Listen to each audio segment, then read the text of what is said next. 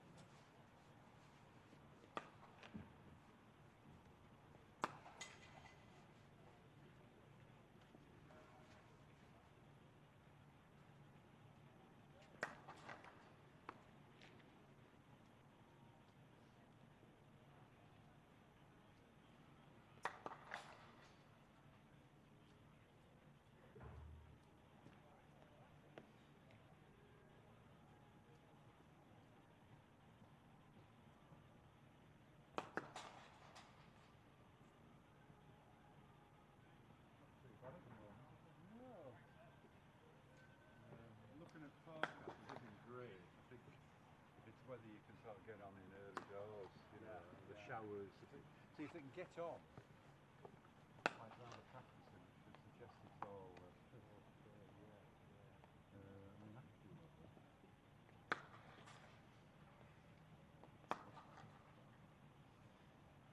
Rain like the form of too much sure.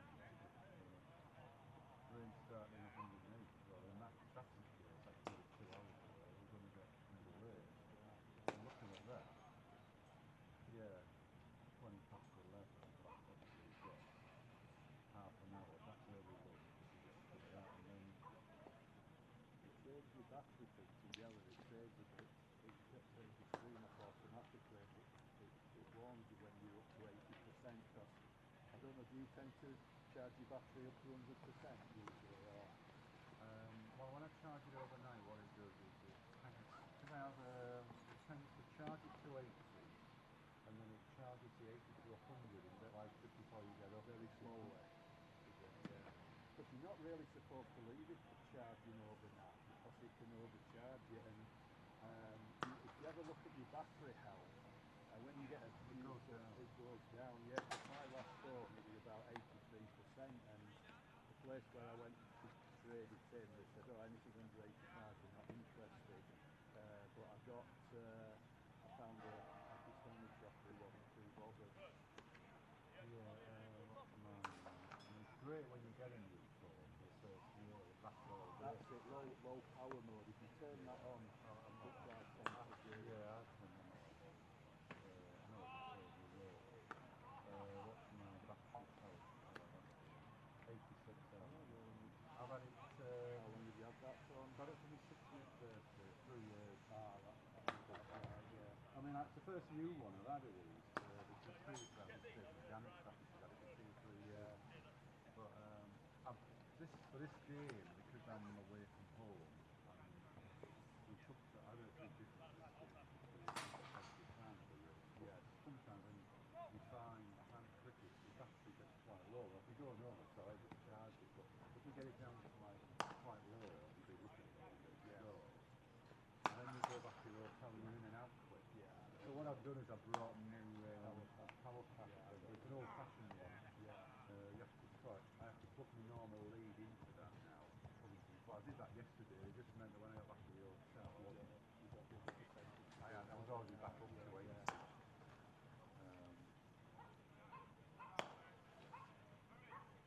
Bottom line on these is often change on these ones. I mean, the main advantage of getting the new phone, apart from stuff, is battery charge.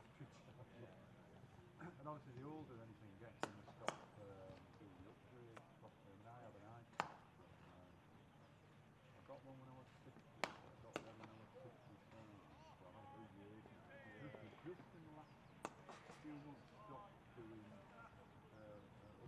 upgrade 18, so we're in version 17 upgrade. So I'm still getting upgrades, but I'm not getting the very latest. Well, I got a laptop about 8 or 9 years ago, and from 4th of October, it's not supported by readers anymore. They're encouraging people to buy a new one. Yeah, well, my previous one has stopped supporting that for about 5 years. Yeah. It's taken about 8 years to get to the point where they're still supporting it, but then it says, oh, you're on upgrade 17.7 whatever, whereas actually I'm on 18 on this one. I suspect they do essential whatever, but they probably can't cope with the range. Yeah. I mean, I went into I'll go PC to World to ask. I mean, I can still use it, but there won't be any antivirus software on it, so, I'm not going to go on the internet, but I might get I think we're getting an Apple Mac. I don't have a computer. I haven't had one since work. We used to have one, but then it died. Never replaced it. Because we do everything on our phone. So I do that. transfer. And then I've got an iPad. Now, I've only used my iPad in the last 9 months because it's got a bit slower and slower. Yeah, so I was using it for the newspaper, so I'm reading the page. Because it's a bigger screen, isn't it? But also now they're much more updated reads. So you have like a newspaper version, and then you have like a live news version, which is like a newspaper, but someone gets sacked, it's on there within 58 minutes. Or with the football, you've got updates. So you sort of got into the habit of looking at that, but you don't, even though it's got all of them, you never quite get the same as the main newspaper where you suddenly look at that and you think, oh, I never saw that story. Yeah. It's probably hidden away on about 100 stories.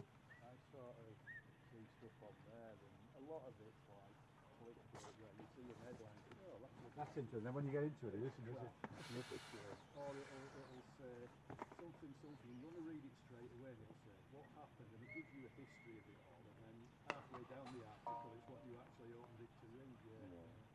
Well, I have the notifications on, but obviously when I'm watching cricket, say like in winter when there's test match on and I'm watching it behind, I turn all them off. Yes.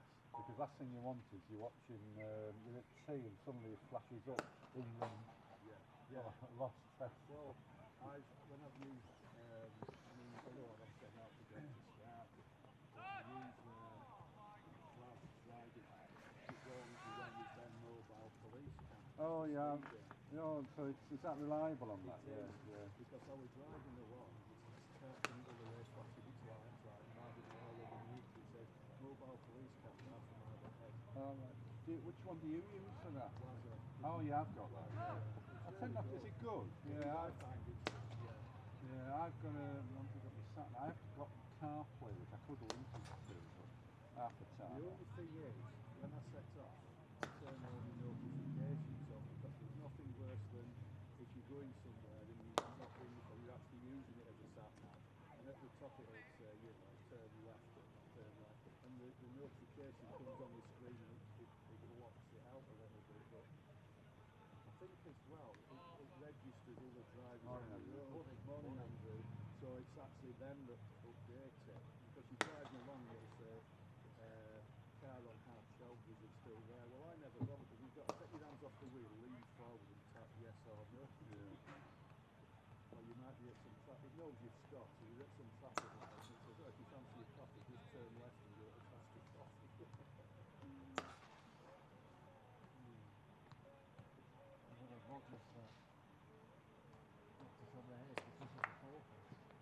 Well, it's It's playable now, isn't it? It is. Looking on AccuWeather, which is not always very accurate, it's No. raining 108 minutes, and it looks like for half an hour, then there's a break. So Yes. if they get on, I know they weren't very reliable yesterday, but No. normally if you get on, we might get an hour or two. Hopefully they'll declare, but I don't know. They might want to back on to Well, 4. they must declare now, surely. You would have thought.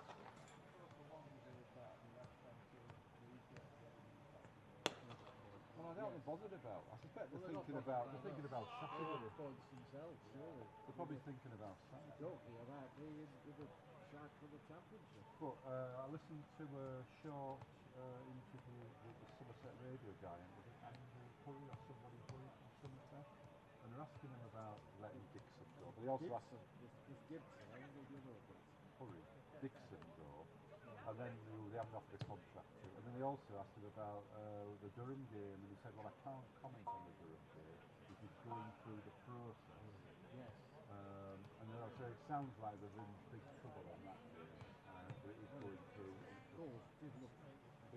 Well, it looks like what we can see there, the one at the next to the one we're using.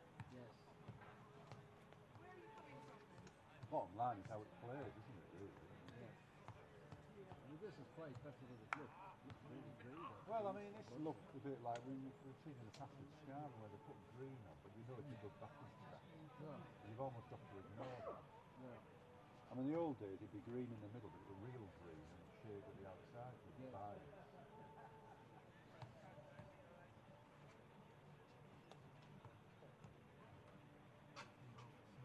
I think if we had some better bowlers, we bowled better on the first day. We could have got the time down, but we bowled a bit short. We've over-bowled best by every... Over-bowled best. Yes. We've never bowled more than 2 overs. In the first spell, yeah. And then Moriarty were on at the wrong end yesterday after we bowled 2 good overs at this end. Yeah. I mean, we shouldn't have been on really.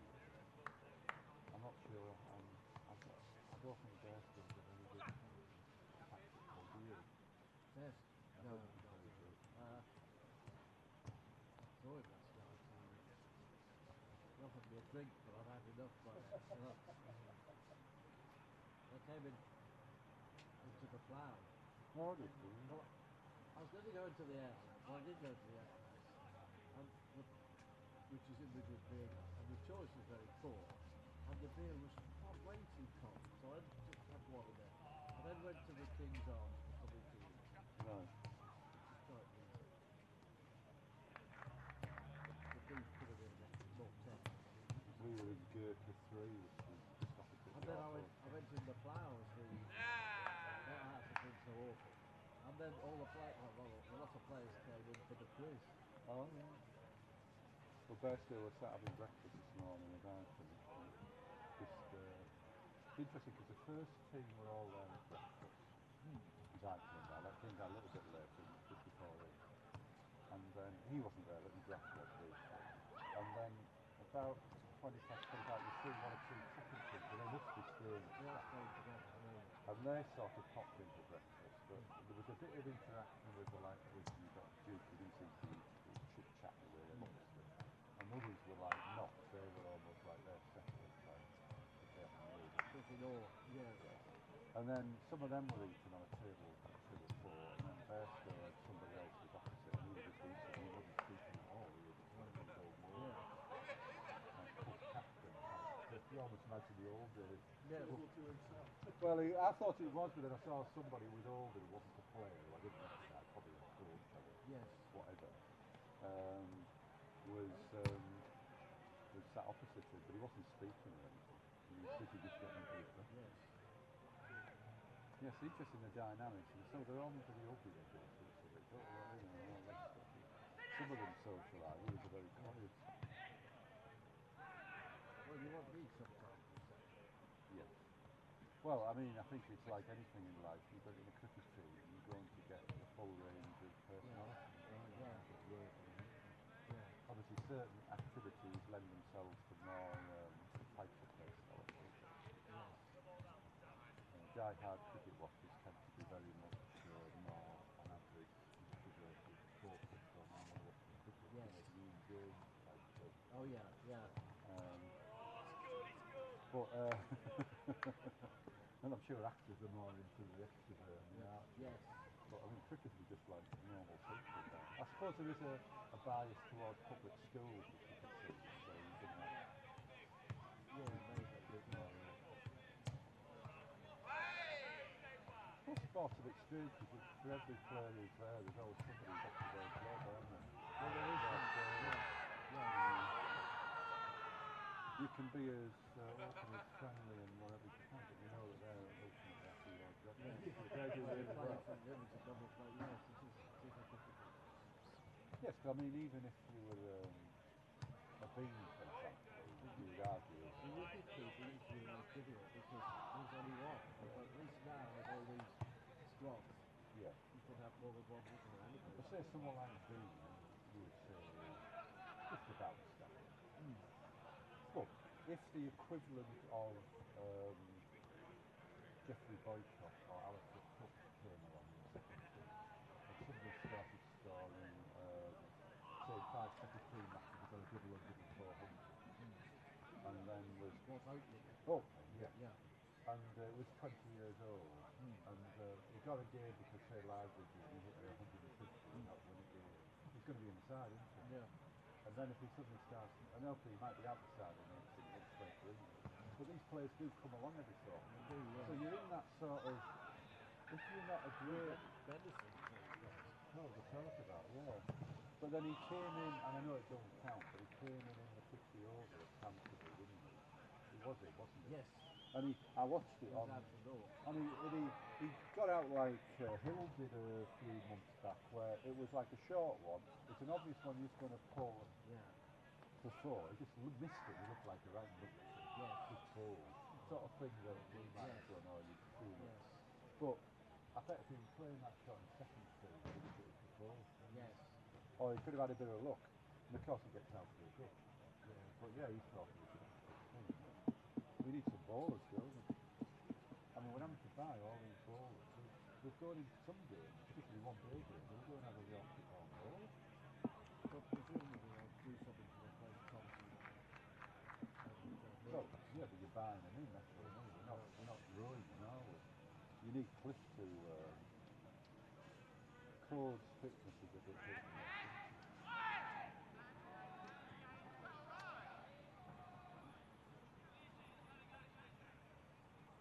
I mean, if we don't have Bairstow at the start of next season for the IPL, then we can talk about losing him until the end.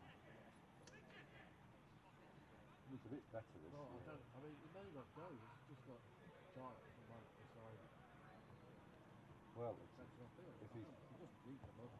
no, other than the fact that if there's $500,000 on offer, and he gets, what does he play, 14 matches, you're basically getting £30,000. If he was on $500,000, he'd be on £30,000 a game, and he'd be playing 2 games a week. And probably with the tax, you can do something about that. It's a deal like the one he got this time, where you just nip out to one game. 2 he played, didn't he? Two, Could have been 3, but it was 2. Well, he was on. We were on. Not missing your family. You know, stuff like Yeah. Well, it's just like people go for a week of golf with friends. yeah. Yeah, they probably got £100,000 for that. Yeah. Because he was on a pro rata. I suspect there was a pro rata and a thing for each game. Yes. So on a £450,000 deal.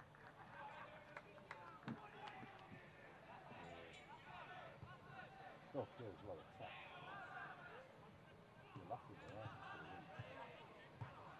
However, I can't think anybody who wouldn't take that No. unless you were raising money. Well, I went to the four last night. They wanted to discuss with members not just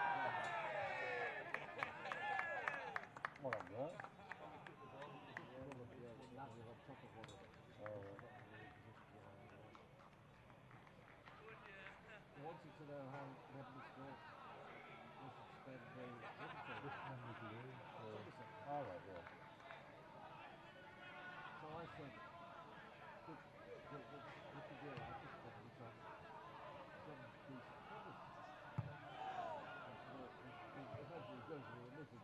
as I possibly can. But if you hand me the tarpaulin and the grounds, it's very tricky to get on and off, which is absolute nonsense. Oh, of course it is. They take far longer to get off. Yeah. The only thing is that these tarpaulins, at least they are tarpaulins of the modern age, they're not like they were in the 80s and 90s. Yes. And I went to a Nat West game at Yorkshire played at Bournemouth. First day we rained off, and the main reason was they had these tarpaulins. They were so heavy. It was like in the ark. What we used to have at test matches in 1970. They're not as bad as that. No, I mean these are lightweight, aren't they? These ones we have for the top Well, test match. I'd like to There can see be other these ones. other winter days. Yeah.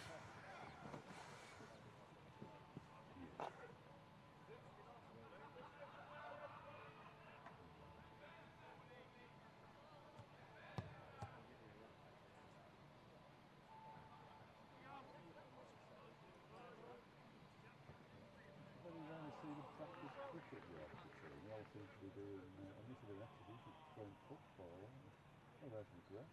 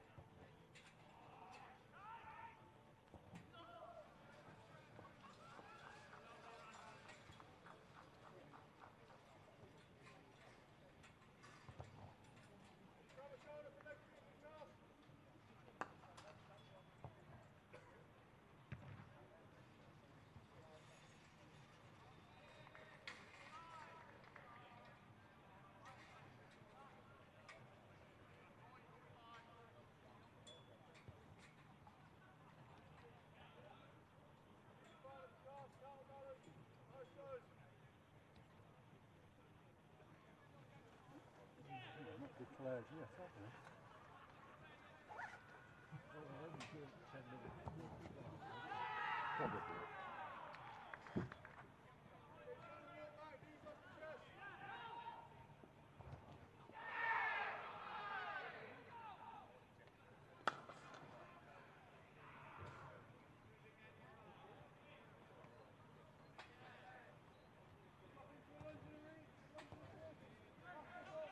There was nobody when I arrived this morning, and I didn't come as early, it was 4 past, and when I got in at 1/2 past, just after, there was only one other person.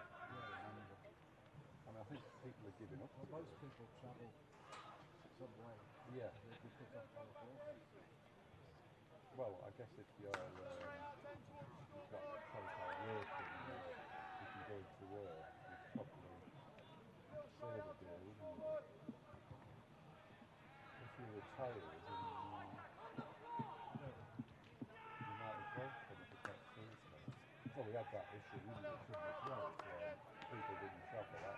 Fortunately, we were in, you remember all those years ago, was it Tunbridge Wells where people in London didn't shop? And I don't know whether you did. Oh yes, And it was, they were forecasting what terrible weather. yeah. And I was looking out and they were fine. I mean, you're going to have to buy some shorts and yes.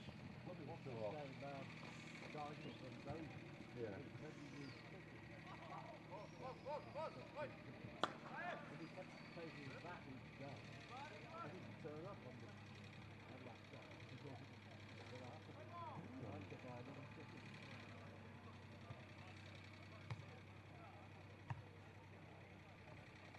Yes, I saw him the other day, now that you go.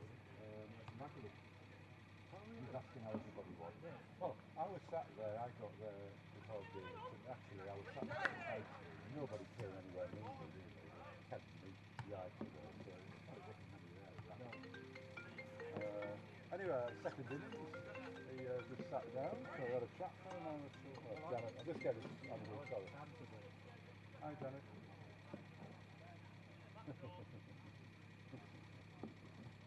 I was laughing his eyes, wasn't she?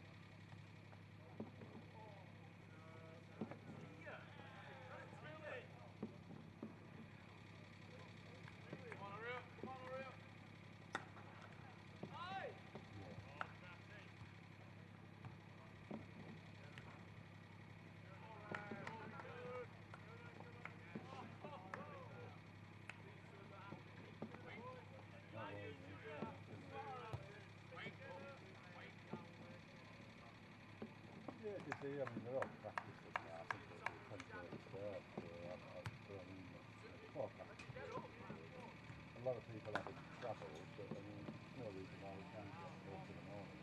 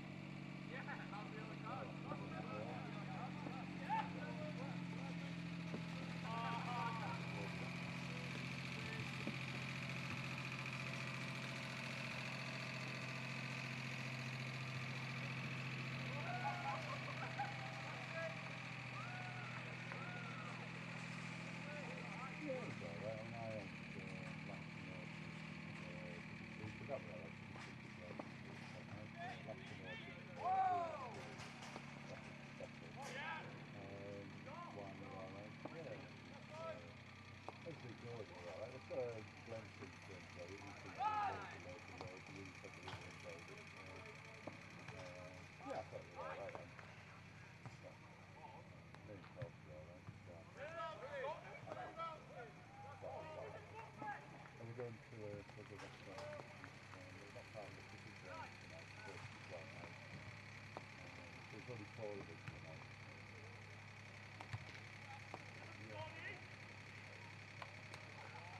Well, speaking to Janet, well, I need to catch up with her because last night she's gone off to see a brother who lives in Exeter. Meeting halfway between her, was taking Stephen's car. So they'd had breakfast in the monitor. Then he's driven off and he's public. And I think the idea was that he'd come up about 3 or 4 o'clock and she'd be picking him up. But it was called off about 5:30, but before that the message was saying he was stuck in traffic, so it might be well into the road. I don't know what time he was being able to get back to Somerset. So, and Bob's staying at a different place off the M5, about whatever, 15, 20 mile away. He said that probably unlikely. He said Steve didn't seem very interested. He said probably unlikely. We haven't made a final decision. Take that.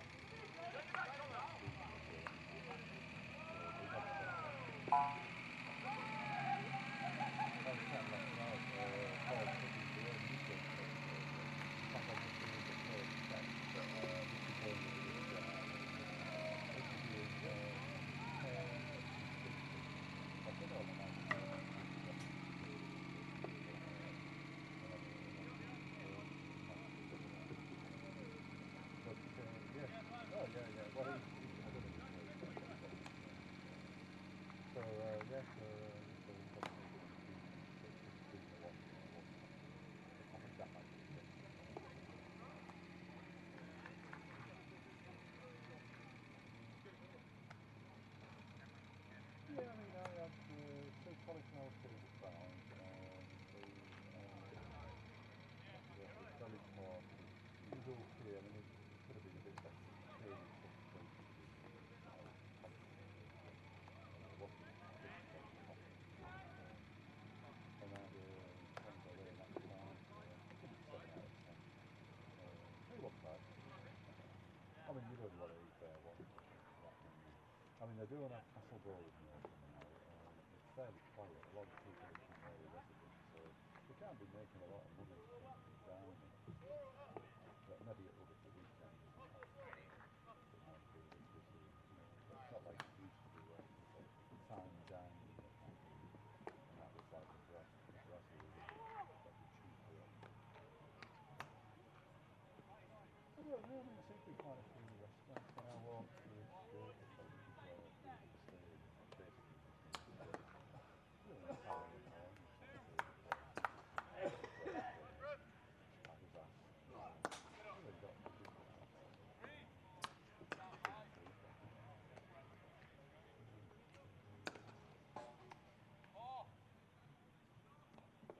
Well, yeah, it's not a big place, but they're tired about doing stuff now, but they're all property, so.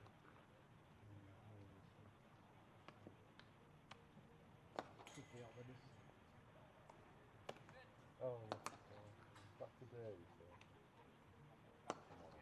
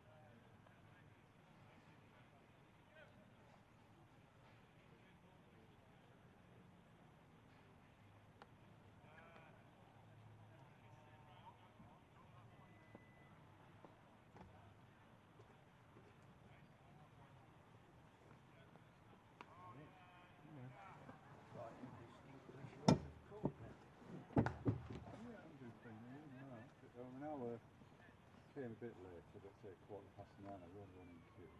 One other person joined me, and just let you know that it's travelled, but it's been like this now for all morning. And a bit of down at Sedgwick. I didn't leave till about 9:15. yeah, I mean, they've all been out practising 20 odd of them for about a good hour. So the umpires have been out and maybe looked over there, but I can't think there's anywhere on earth they're not going to start on time. No play before lunch at Taunton Vale, I'll tell you that. You think they'll start on time here? Oh, yeah. I mean, they've been practising for the last hour. Right. All over here, all down here, all on the nets there. I mean, they're marking it all up. It's just like ready for a normal day's cricket. I mean, literally everybody's been out. Yeah. And that was, I came at 9:30 and the players were setting up to get here at 9. I didn't think there would be, but there's been no rain. Well, you can see the puddles as you come in, but there's been no rain for a couple of hours. Suggesting on here we might get away with it for another hour or so, and then the showers at work this afternoon, I think. Bloke who's actually ticket assist to him, if you had any prospects, he says all we do is we're expecting a fairly early decision, so I thought that was admirable. We shall see.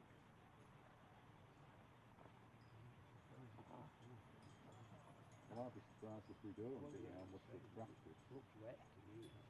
I mean, look at them all. I mean, they're on the wicket. I mean, they've been batting out there since, well, I could just see from outside, so it must be from 9:15 when they're walking over there and batting. They've been playing the football game down here. Volleyball.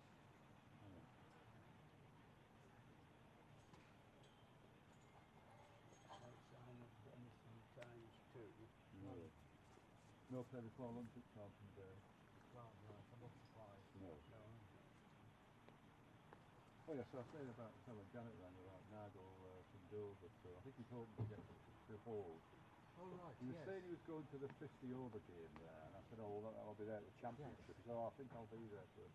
So I got the impression he'd be doing a couple of days there, obviously. Well, I saw him at Canterbury. Did you said he was? Yeah. Oh right, you went to the... No, I went to... You went to the 50 over game? No, I don't know, 50 over game. I went to the championship Silly game. boy. When they played... Well, because he's a life member there. It was that Holy Week when I couldn't get up to Durham. Oh, yeah. So I couldn't get to Canterbury. And he said he'd given up watching Burnley at home and away. Yes. Far. Yes. Doesn't he go at all? He goes to non-league football. No, I mean, doesn't he go to Burnley at all? Correct. He doesn't do the odd game here and there. Well, I don't suppose they get many here. Well, I've said something about, when the relegated championship, but it sounded like he knocked him on the head completely. He wasn't bothered about doing the year with couple of innings.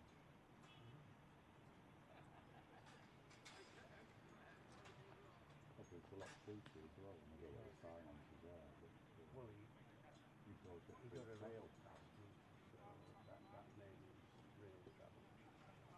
Not yet. He used to be brilliant at finding the trains that were running late, so he'd get a rebate. Yeah. Rubbed his hands when he knew they were late. Yes. He'd given up on his stick. He didn't have that on a saw like we saw last time. He kept on about how wonderful the lunches were at the hospital in Canterbury. You can't get there. You can't get there now in less than 20 minutes because they've closed off that. You used to be able to come in at the top end through the hospital. Yeah.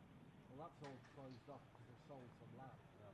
So you've got to go quite a long round. It's about 20. I mean, he was late back for. Yeah. He used to always eat on the ground, didn't he? On the side, years ago. He always had his lunch there. This is a hot meal for all the subsidised NHS meals. Delayed Hove. Sussex supply 241. Delay at Northants. That's possible rain. And Bolton. Getting started now. Stay out of this didn't look like they'd be flaring, did it? Well, To leave 2 it minutes. 2 minutes. 2 minutes to announce the declare. I declare I'm not declared.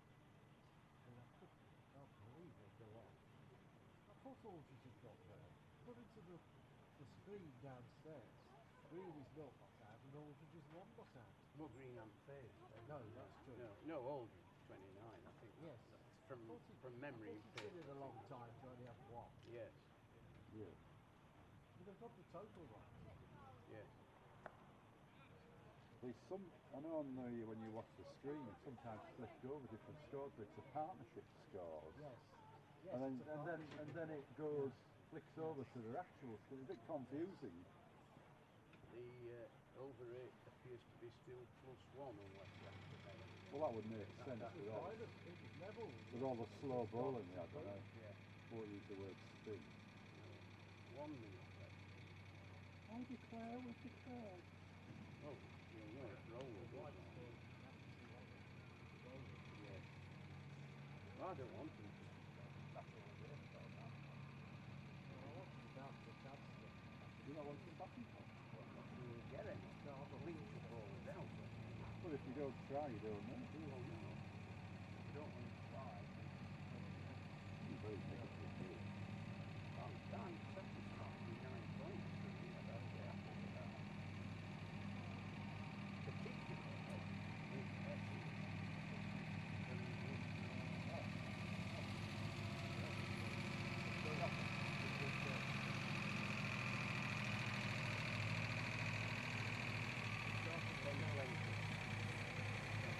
So you both say. What I said was, The Cooper Associates County Ground and Taunton, home of Somerset County Cricket Club. Day 3 of this Yorkshire County Championship Division 1 match between Somerset and Yorkshire gets underway in 10 minutes' time. The overnight score, Somerset 391 for 6 in their first innings. it's an early decision. Century for Tom Abel on day 2. To get underway in 10 minutes. Well, the umpires have been out and Best inspected. reports, reaction and highlights from today's from yesterday play Well, and unless it's still news of waiting for Sean Dixon's departure Morrison's car. at the end of the season, all on the official websites. He slept on the. Janet go somewhere different. Once again, we'd like to extend a warm welcome to all the players, officials and supporters joining us from Yorkshire. I He's from hope Exeter. you've had an enjoyable couple of days with us in the West Country. Plenty of food and drink outlets are open today. The Stragglers Coffee House, lower concession in the Marcus-Troscopic Pavilion, the session in the Lord Ian Botham stand, and the Great Catch Fish and Chip Bar is open today as well. 10:21. Well, they haven't told us. They have told me. Big thanks to match sponsor Garador for sponsoring this match. We'd also like to thank our principal county championship partner, WPA Health Insurance. So day 3 gets underway very soon. Somerset 391 for 6. Enjoy a good day with us in Taunton. Thank you for your support.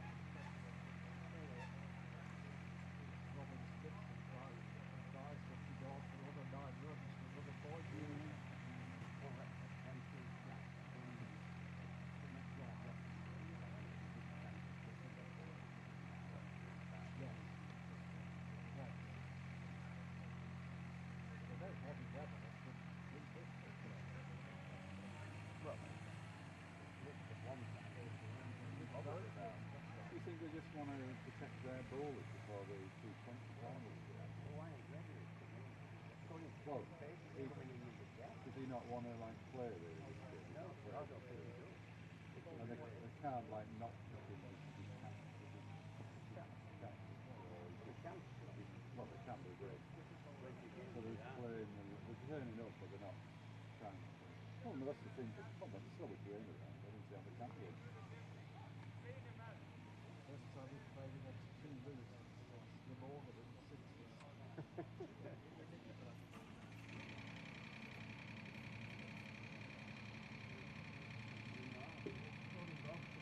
Delayed sounds good.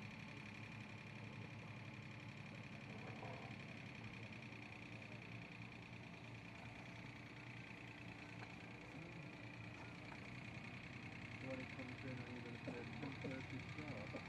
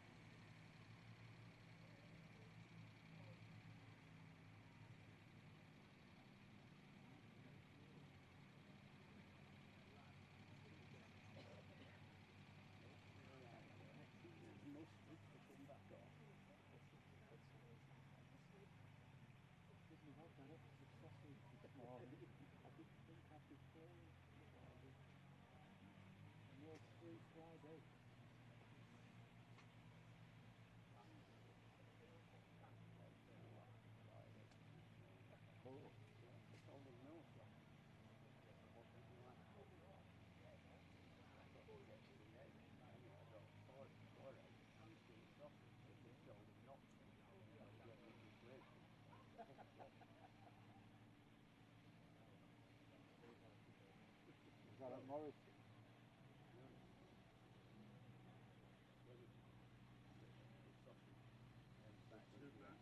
I've got a series, I can't eat that. It's description. Here comes the vampire.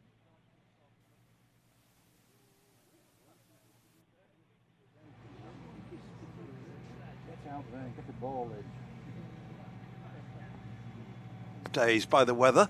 It's possible that will happen again today, although we hope not. 391 for 6 is the overnight Somerset total. Casey Aldridge on 29 not out. Ben Green yet to get off the mark. And Tom Abel, who was very much the hero, along with Tom Kohler-Cadmore on day 1. James Rue as well, with both of them scored half centuries. And Tom Abel out just before the close yesterday. I'm Stephen Lamb. Harry Everett is with me, and Tom Abel very much a highlight, as he always is when he has a bat in hand. Indeed, an absolutely beautiful knock. Yeah, a pleasure to speak to him after play yesterday, and the way he talked about his knock was with a big smile on his face. I talked to him about the 450s in a row in a Somerset shirt, 50 and 150 up at Trent Bridge in the Championship back in July. 50 in the quarter-final Saturday night, and then 130 yesterday. And the quote that got me, well, he was saying about the way Tom Kohler-Cadmore plays just takes a lot of the pressure off. He was saying it makes it easier for the middle order. Kohler-Cadmore opening the batting, whacking 76. Yes, it was off 110 balls, so not a ridiculous strike rate, but it puts Yorkshire on the back foot a little bit, and it allowed Abel and Goldsworthy to play that brilliant partnership. Just proper county cricket. Absolutely. Not quite T20 pace, but No. somewhere approaching it, which you're likely to get when TKC is at the crease. Indeed. And they still got the 350, which is pretty important. So to get those to get those, 3 batting bonus points will be pretty important for Somerset coming into the season. Absolutely.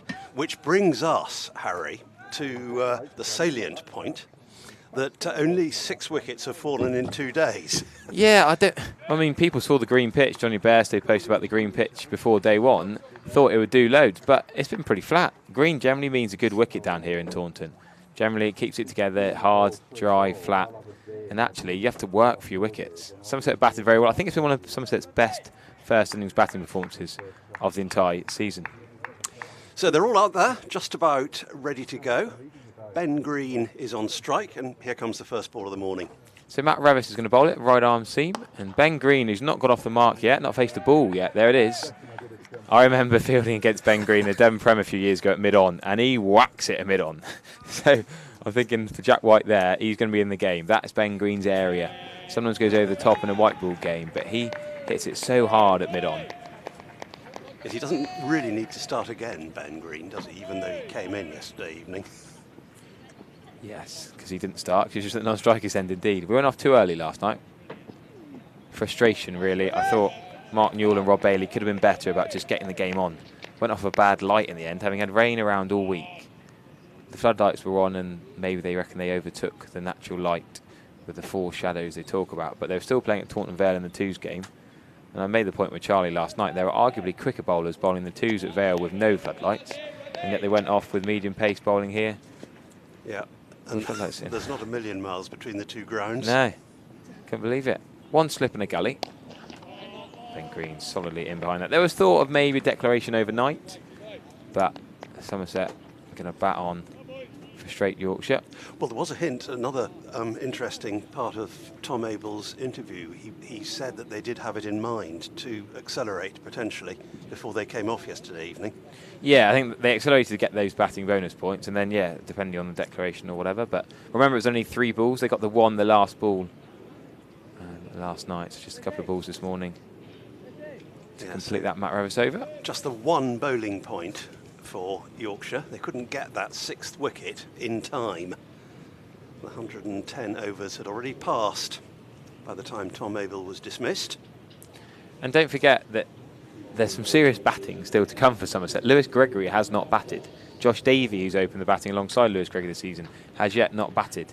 Jack Leach, who has a Test match 92, has not batted. And these 2 are genuine all-rounders. Ben Green's opened for Somerset before. Case Shoulder's been 6 regularly, so Dom Bess is not going to have it easy against 2 quality batters. Yeah, I remember Dom Bess's very early days in the Somerset side, a year or 2 ago now. Well, indeed, we talked about that yesterday, actually. Do you remember it, Stephen, the 2016 Pakistan tour match? Yunus Khan got a few, yeah. Yeah, he did. For some reason, I remember that game, because I remember he just kept dropping a little bit short, and Yunus Khan back foot punching him for 4 through the offside.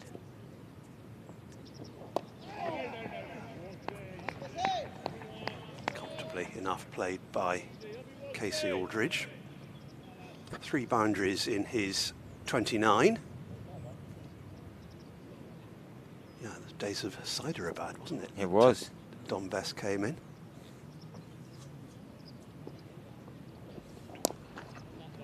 Early England call-up because of an injury to Jack Leach. Somerset spinner replaced Somerset spinner, wasn't it? Yeah.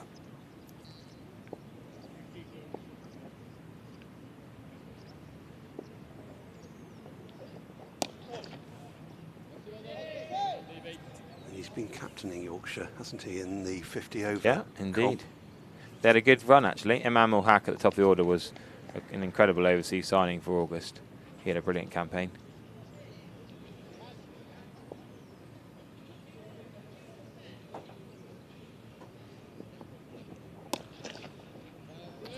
Straight and played comfortably enough. Took the wicket, that last wicket we were talking about of Tom Abel, caught in the deep. Yeah, good mates, those 2. You could tell Dom Bess was too respectful to celebrate getting his old captain out. It's nice when a player moves away from Somerset but still stays in touch with his old mates, and Dom Bess and Tom Abel are 2 definites for that. I mean, Dom Bess and Ben Green, both Devon boys, came up through the ranks Pathway and Academy Club Cricket in Devon together. Ben's a couple of years older, but yeah, and Ben Green on the move as well, of course, at the end of this season to Leicestershire, where he's already been making waves on loan. Was offered a new contract here, but thought that the chances of first team appearances across the board were stronger at Grace Road. So Matt Revis will continue, having had to have opened the bowling this morning with that truncated over overnight. Talented Yorkshire all-rounder. Ben Green through the covers. Cover point, really. On that deep man out there, keeping it to 1 run. Off the mark. Yeah, 27, nearly 28. Coming up to his 28th birthday, Ben Green. Very overcast over Taunton and all around, really. Looking up at the Quantocks, some low cloud over them.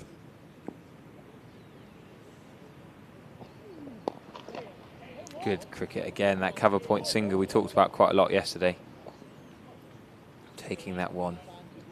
Actually, I think Don Bess and Ben Green might have been the same school year. Yeah, just checking they were actually. Yeah, so probably played a lot of Devon and Somerset Pathway Academy age groups coming through. Probably check, might have even done the South Africa tour that is pretty famous for Southwest cricketers getting the chance to play abroad. So know each other incredibly well.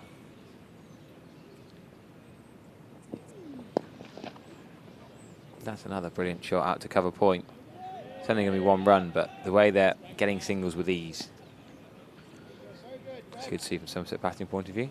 Yeah, it looks, still looks quite easily paced, this wicket, if a little on the slow side. But that was nicely timed.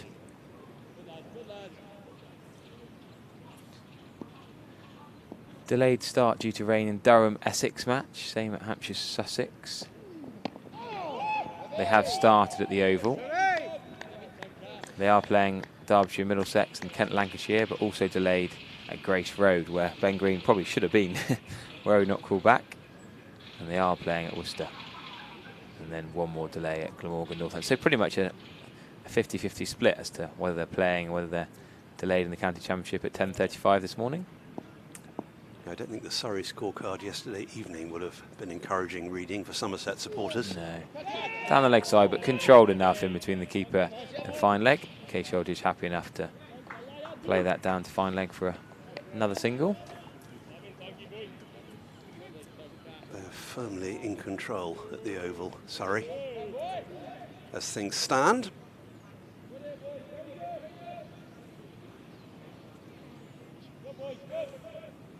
Effectively 183 for 1. Yeah. There we go, down through mid-on. Wasn't meant to be there. Trying to play it through the offside, off the inside edge, really. But Ben Green has the power. And it will still go to the straight boundary for 4. His face, his hands, his whole setup was to go through mid-off. But just snuck past the stumps for 4. Just the 1 short of the big 400 now, Somerset. Also delayed start at Bristol. I forgot. The under-19s from England are playing against the Bangladesh under-19. Our very own Thomas Rue, of course, will be involved in that one once the covers come off. So there we're tuning into the live stream from the slightly wet Bristol.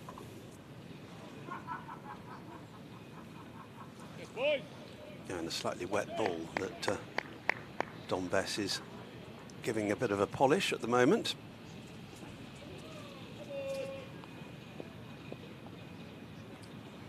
Action in Cardiff as well this evening, including Tom Banton. Yeah, I believe the thought was he was going to bat at 6, which seems a slightly rogue role, a different role. Done it a couple of times in England shirt. Will Jacks, who's an opener in county cricket and in franchise cricket, down at 7 in the ODIs. England pick a lot of openers and change them around in the order. There's quite a gap between the 2 positions. The one he usually plays in here, and number 6, but very best of luck to Tom Banton in this evening's international. Yeah, waited for that well. And we mentioned Taunton Vale. Well, they might only be a mile away, but sadly they'll have no play before lunch at Taunton Vale. I guess the covers and the stoppers not quite as highbrow as the technology we have here. The applause for that 400, which has just been nudged up by that nicely timed sweep. Yeah, muffled applause, wasn't it? I guess the educated fans here, they know that 110 overs are done, so 400 means nothing now. But people like their round numbers, I suppose, don't they? Yep. To get past. It looks 400. nice on the board. It looks nice on the board, indeed. The number starting with a 4. So yeah, Somerset 2's 19 for none after 9 overs last night. That will be how it stays until minimum lunchtime. Just outside off stump and a misfield at cover, which will bring them 2. Shouldn't have been any at all. I feel it almost went down in stages there. I was very complimentary of the Yorkshire fielding the first couple of days. So that's the first misfield I can remember. Oh, there was one diving stop which went for 4, which was on the rope, but generally it's been pretty good from the Yorkshire side. We will try to get some additional overs in today. The end of that one from Dom Best and another 101. That's 7 more than the usual 96 due to the interruptions on days 1 and 2. Whether we can manage that remains to be seen.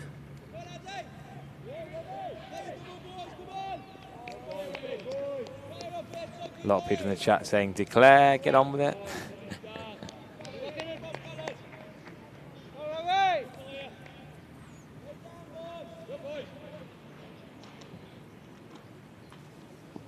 Still to be Revis from the Marcus Trescothick Pavilion end. Yeah, he bowled less overs than I thought he would yesterday.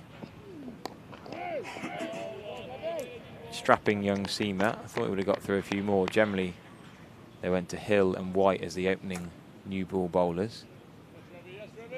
Thompson didn't bowl particularly threateningly. Revis was decent enough. Obviously, the figures don't always tell you the whole story.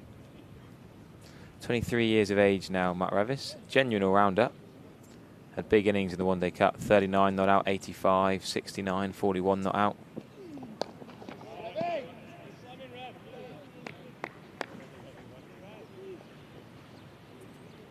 Yeah, Revis has bowled the least of all the seamers.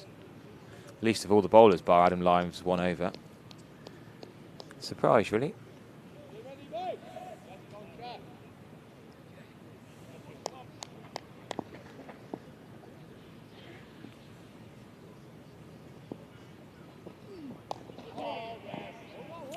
Good single again from Casey Aldridge. That cover point single I keep talking about. Do they bring point up Yorkshire? I think it's just too easy for Somerset to rotate the strike. Yeah, showed the advantage of playing it a little bit late as well, because he got it to the left of the man at cover. Just gave them a chance to take that sharp single.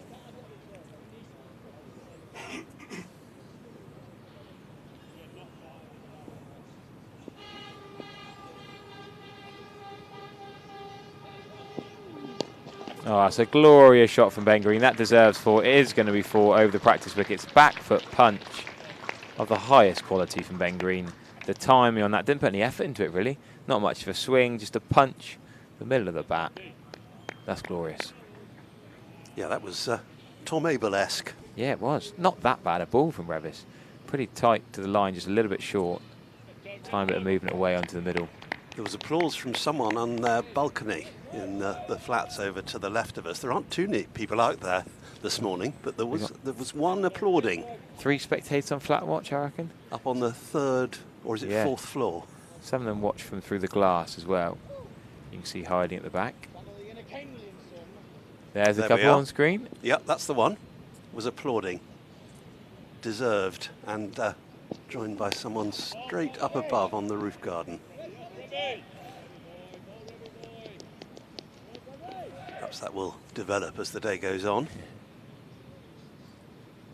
although quite a few people may have been put off by the weather forecast. It can happen. But the forecast has been a lot worse the last few days than it's turned out to be. We weren't meant to play any cricket after 2 o'clock yesterday, and we went on till, I made it 5:24 we left the field. Short and smashed by Ben Green. The Leicestershire all-rounder in his potential last home game for Somerset. Has hit a big old 6 there. Smashed into the advertising hoardings. You heard the full-on smash. Probably on the effects mic. Bang! Into the, which advertising hoarding? The Alfie's advertising hoarding, I think. Just at the front of the Ondarchi stand. I haven't seen many 6s in this game. Pretty big boundaries with quite a central wicket. So big dimensions either side. We saw 2 6s to Tom Keller-Cadmore, running down the wicket to Bess from the river end. And that's it. That was the next 6 from Ben Green. Nice way to end the over for him. Future Leicestershire all-rounder, as you mentioned, Harry, and future Durham all-rounder is on strike. It's a bit of a sad time, really, for Somerset, isn't it? All these talented youngsters who have come through the pathway, worked really hard, invested a lot of time and effort in coaching. And both of them were offered new contracts. You think Craig Overton and Lewis Gregory are both into their 30s now with injuries around them. You think these two could have played a pretty pivotal role in all 3 formats if Overton or Gregory were to get injured or have any issues. Gregory called up to the South African T20 League in January. He's going to play for the Sunrisers Eastern Cape, the side that last year had Van der Merwe and Abel and Craig Overton. Here's Don Bess again. Steady start. Most balls of Don Bess's overs have been hit towards the non-striker, and Don Bess has had to basically cuddle either Casey Aldridge or Ben Green to get to the ball. 1 for 77, Bess's figures. Starting his 20th over.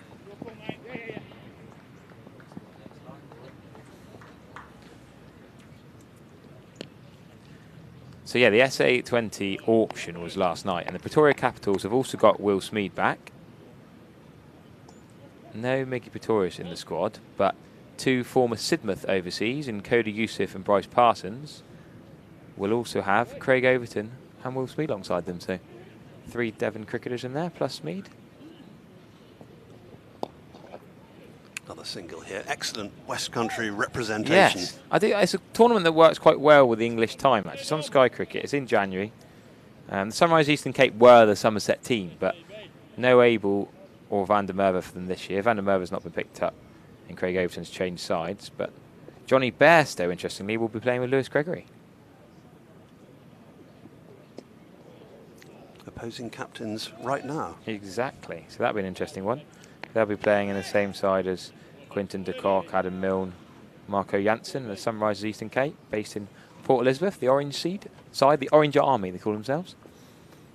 I was there in January, a cracking atmosphere. Another single here. Out to deep mid-wicket. They were interested in a second, but it wasn't going to be there. Has been quite a change in the weather. We've had such a warm, dry summer, but it has changed, and rather to the detriment of your own cricket, Harry. Yes, it's been a sad and sorry end to the season, having had such a brilliant summer. A damp squib to end it.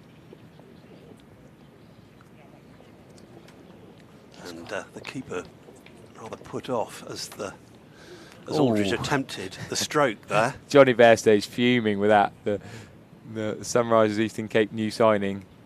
Well, his hair's the right colour for the Orange Army. It goes with it, doesn't it? It does. On brand. He's fuming with those byes. That was right on the edge of the strip. Casey Aldridge tried to cut it. In county championship cricket, that's not a wide. But it's just gone as well. It's difficult when the batsman's playing an aggressive stroke. That's what makes it harder. Quite a hefty extras count, actually, now. 30. 30 out of 421. I can understand the frustration of a man who's well capable of frog marching a Just Stop Oil protester. Well, that was a good sign, wasn't it? That was cool. That I've got a lot of respect for Johnny Bairstow for that. I've always liked Johnny I thought Bairstow. it was tremendous. Yorkshire fan Dave in the UK on the YouTube chat says, bring back Duke. Harry Duke, the wicketkeeper who's playing for the Twos at Vale. Well, he's not playing at the moment. They should all probably come here for 2 hours, watch this, then go back there for lunch. I wonder if we'll suddenly see 22 second-team cricketers sit in the Trade Nation stand for a bit.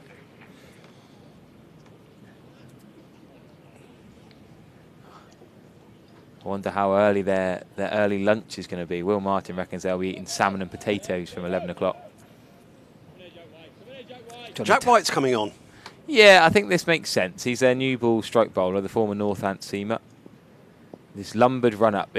He always looks knackered just as he starts his run-up. Comes in well, and Ben Green just thumping it down. Good wicket this, Stephen. There's not much in this for the bowlers. It is, and they're using it. It's possibly slower than average in terms of the wickets that I've seen here this season. Yeah, I guess you'd expect that in September, wouldn't you? Yep. Used and but they're playing it well, the two batters. Look at the curvature of the brown footmarks in the run-up here. Look at Jack White as he runs in. Well, watch carefully in the camera. Look at those brown footmarks in him. Look at the slight curvature. I mean, obviously other people have bowled this end, but Jack White's bowled a lot. Ben Green's gone big. Down the ground, over long on for 6. Another 6. Ben Green's going to enjoy himself here. He's going to show Somerset what they'll miss next year. He's over 100 strike rate. Leicestershire have battered him at 9 or 10. He's opened the bowling for Leicestershire. I think this is the first county championship game he's not played for Leicestershire this year, I believe. He's on loan. He was meant to be on loan, as we've mentioned, at Grace Road, playing against the Gloucesters. And he's played plenty of shots like that in white ball cricket here. Indeed. Him and Logan van Beek have had some pretty decent partnerships. Well, fellow all-rounder Casey Aldridge is quite happy to watch Ben Green smash it around. Ben Green nearly catching up Casey Aldridge, who came in first last night. What's White's response here?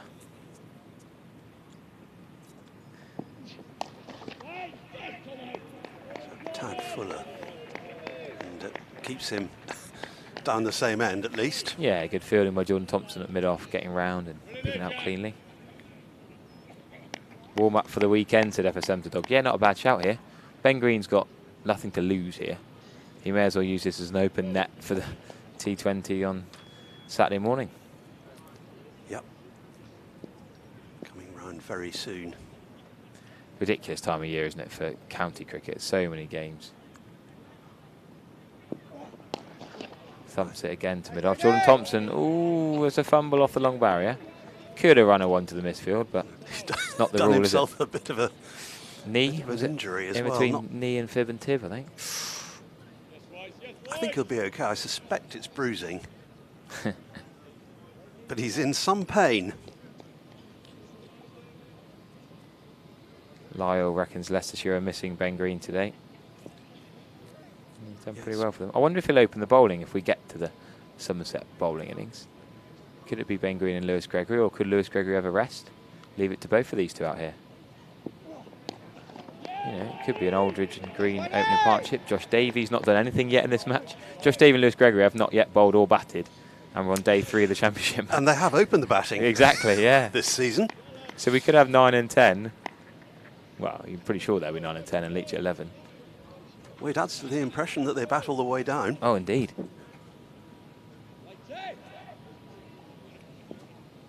Yeah, it has been full on in terms of fixtures. There was that extra hastily arranged 50-over game here against Gloucestershire.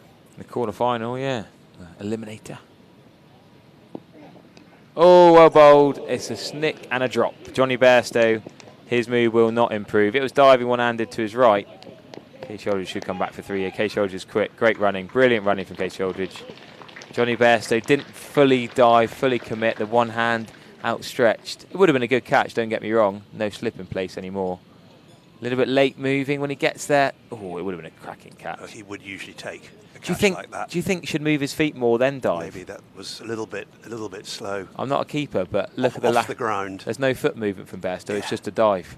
And the right foot slid a little bit. Yeah. You look at Ben Folkes, the way he'd shuffle and then dive if he has to. I mean, they were talking about him doing 660 different squats yesterday. We were working out across the overs he'd been keeping for. We had a chap called Antonio in the live stream yesterday saying, how could Johnny Bairstow have cramp? And Triggs was saying, well, he has done 660 squats keeping. So we were going to get Antonio to film himself squatting as many times as Johnny Bairstow has. Maybe a bit of fatigue creeping in, taking a catch. It's quite a tiring job. Oh, yeah, over 125. I know we've not had full days, but yeah, we'll keep showing that replay. Come on, JB, says the live chat. It isn't just the squats, you're moving around all the time. And he's captaining, so his brain's going. Just had a quick word with Don Bess before the start of this over. That's going to be a comfortable single down to backward point. Oh, they want 2. Good running, these two again. Yep. A little bit of a chase for the man out there from the boundary's edge.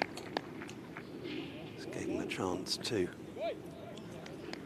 add the second.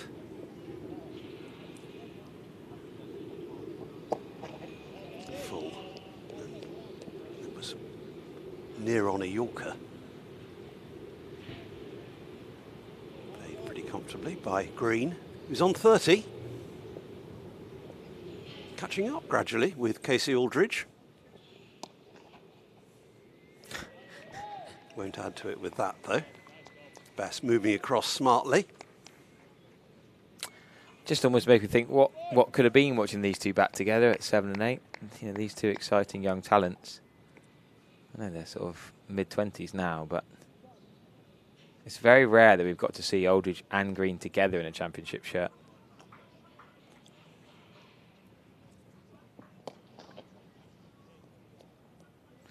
Do we hope that in a few years' time that they might come back home?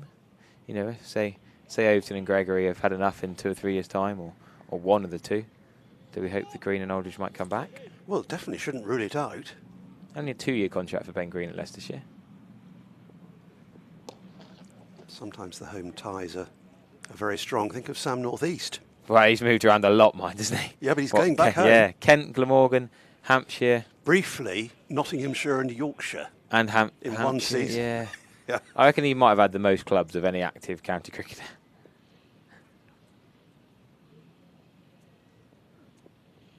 Given some width there and flaying it out to deep extra.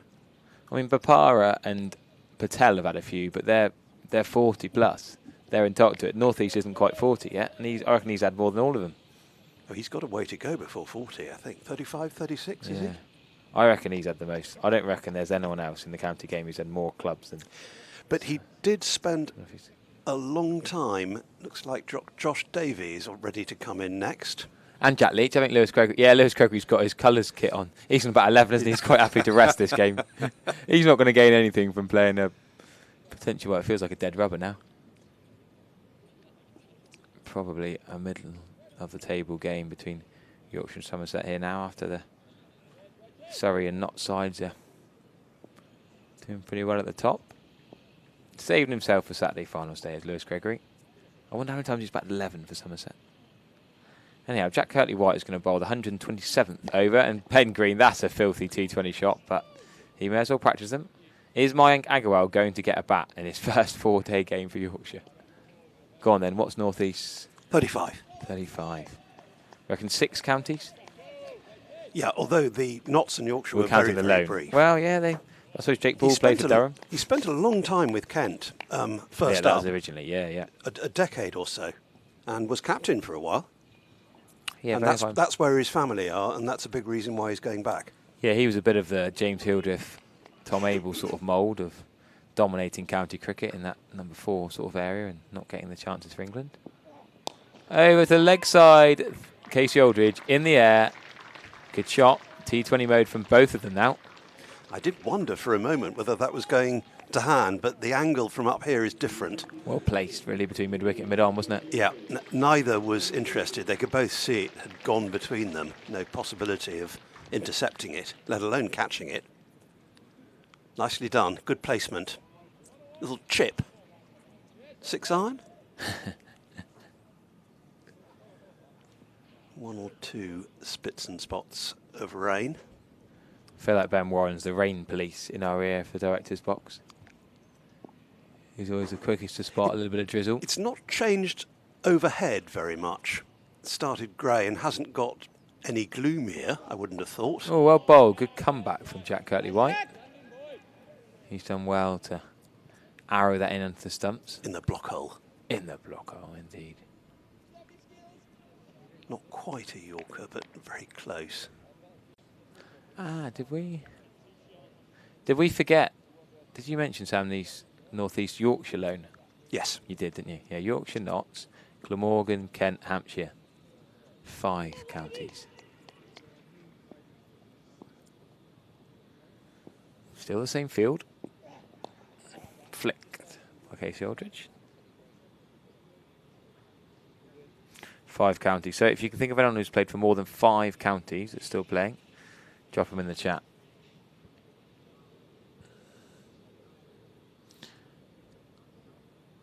There's a good point in the chat, though. Somerset want as many points out of this game as possible. Even if they think it's going to be a draw, would they not be better off ensuring they bowl 110 overs today and tomorrow? Taking 9 2 or wickets. 3 bowling points, yeah. They might not even get 110 if the rain's bad tomorrow, so they thought they want to make sure they get those wickets. Are they expecting more play than that, or do they think they'll run through them? It's hard to judge, but Lewis Gregory's probably just quite happy to rest for Saturday. I'm sure that question has been amongst those on the agenda overnight. Whether they've got a figure in mind to declare on. When we asked Tom Abel after play, he was big smirk. I'm not captain anymore, he said. I'm quite happy. Yeah, and he did a very full stint. He did. He said, we'll assess in the morning. Was his... Oh, Ben Green. That's what I mean about smashing it to him. Look how deep mid-on is now. That's how I felt when I was being peppered by Ben Green last time I played against him. If you're at mid-on, you're getting battered. If you're at long-on, you're giving him an easy one. He's actually outside the 30-yard ring. If that's a T20, Matt Revish is probably 35, 40 yards away. And it's still a dot because Ben Green hits it so hard through mid-on. Abel, we'll assess in the morning, but 2 days is a long time. But equally, we may have to adapt to weather and conditions. There you go. Oh, no, Stephen. Just as Charlie Taylor was going to make his first stint of the day, he was, well, we just woken him up at the back of the box after his 4 a.m. wake up for the breakfast show. Boovy and Nick Pepper are bringing on the covers quickly. Look at that wheelbarrow action from Boovy. Yeah, it's so hard to tell, isn't it, from looking up at the sky. It hasn't really changed at all since play got underway, first thing. But it's producing the kind of stuff that we don't want to see, precipitating. Indeed. Well, I'm afraid that is it for a little while. It is getting harder as well. And they're off. If you're in the ground listening on earpiece, you can't even pop off to Taunton Vale for a bit of twos action because they're off until lunch. You can't pop up to Bristol because England under-19s are not quite started yet against Bangladesh. Delayed toss there. So I'm afraid there's of the 3 professional games of cricket in the southwest, they're all off the rain. Yeah, they're off in the Hampshire-Sussex game. Surrey have increased their advantage at the Oval. They're still playing there as well. 214 for 1. Effectively 212 for 1. They were almost level pegging on the first innings there. Essex 327 for 3. They're almost on a par with Durham. Worcestershire have a slender lead of 89 with 5 second innings wickets down. That's moving at pace, that one, and still going. Then Leicestershire 270 for 4. That's a delayed start up at Grace Road. And the other ones all delayed.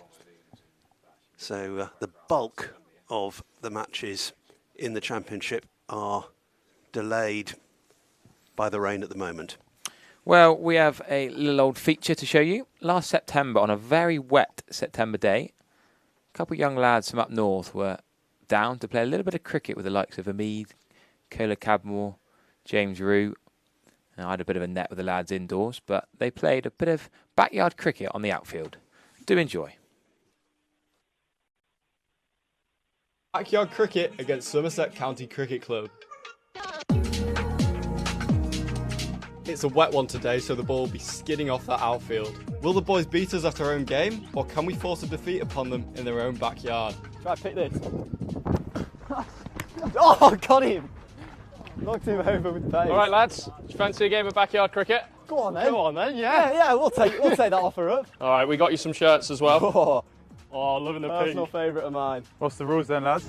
So obviously we're playing here on the outfield. We're doing 4 overs a side with unlimited wickets. If you hit the stands or the boards here on the full or over them, that's out. The same with the covers. If it hits them on the full, then it's out. If it goes onto the covers, dead ball. And aside from that, between those 2 red cones there, that's the boundary, 4 or 6. 1 run for hitting the barrier on the bounce. And we'll say 1 run for hitting the net as well. 2 runs for every physical run. What about net on the fulls out? Or auto slip? We can do. Go on. Yeah, can do. We'll have a keeper, but yeah. So we got the toss. Archie, you can be our skipper. Yeah. Who's skipper for you? Vaughan's in as well, Archie. We'll get Archie Vaughan to call backs or palms. Palms. It's a back. We'll have a ball. Yeah, I like that. Let's go. These conditions, green conditions. Commitment between the wickets, boys. Yeah, lads, let's blow a hammy off if we need to, right? We're getting in. Is there a DRS? Yeah, we've got 6 cameras. Aim straight, boys. Yeah. Go on, Joey. Down, please. Yes, yeah, well in. Oh! Oh, yeah, Joey. I like that. Down. Yeah, good, Joey. Nice, Joey. Solid start. Take him on later. Yeah. Auto kick. How is it? That's out. Hey, according to your rules. Nah, only on the offside. Only on the offside. You don't have auto leg slips, do you? This side of this pole. What? That's a wide. Yes, J-Lo. Are there 6s? Yeah, in between those cones. Red cones. That's It's out. Is it a car? That's out, no? Okay.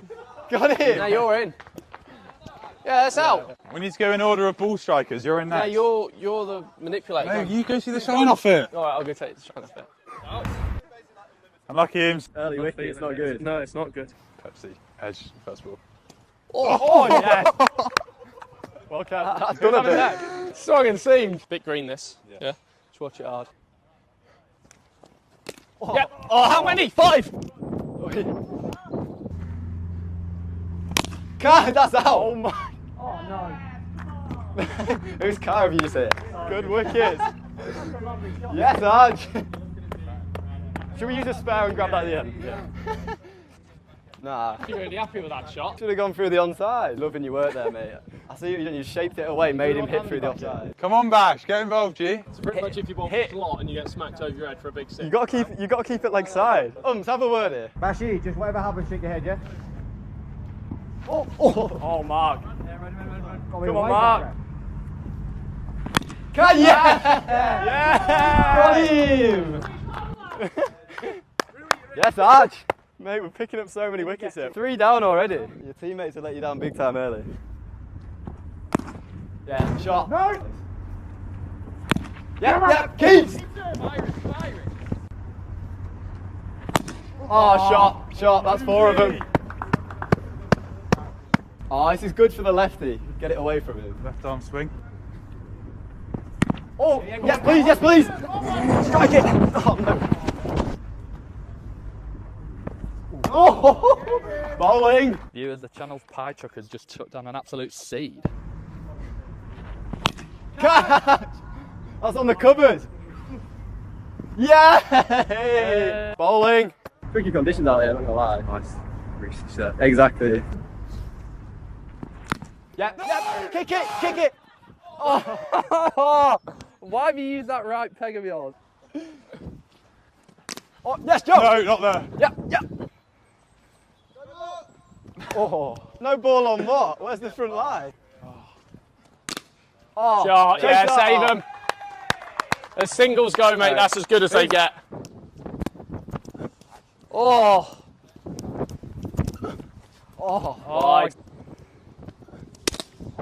yeah, save. Run out! Oh, 4 runs, Zach! What a shot! What a shot! That's a lovely shot. Nice shot. Lovely shot. I'll grab this one. Oh, this is getting heavy. Yeah, nice. You just can't bowl there. Oh, we can play from anywhere, can we? Joey. You let's just make up these rules. Bash, you faced the last over, G. Can you get Bash on strike? Run. Oh, no!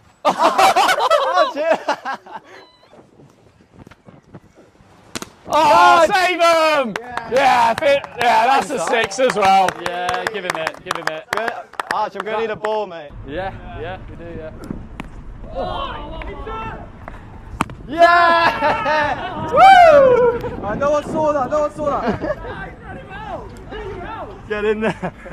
Mate, that was fair play. Oh, run him! 2! Bowler! Don't slip! Bowler! Don't go, Bash. Dive! Why have you done that in? Oh, Buzzers. I'll ball first. 38. You need to be in the genuine areas. A little bit where? That's a competitive total. Looking! Not that. Oh! This is so wet. Love you having a shy there, Eames. Yeah, go on, there, Bonnie! Oh! Yes, Bash, yes, Bashy. I think his bat's going to slip out my hands. Difficult conditions today. Oh! Yeah, straight into the stab. It's just shaped away. The grip is absolutely sopping wet on it.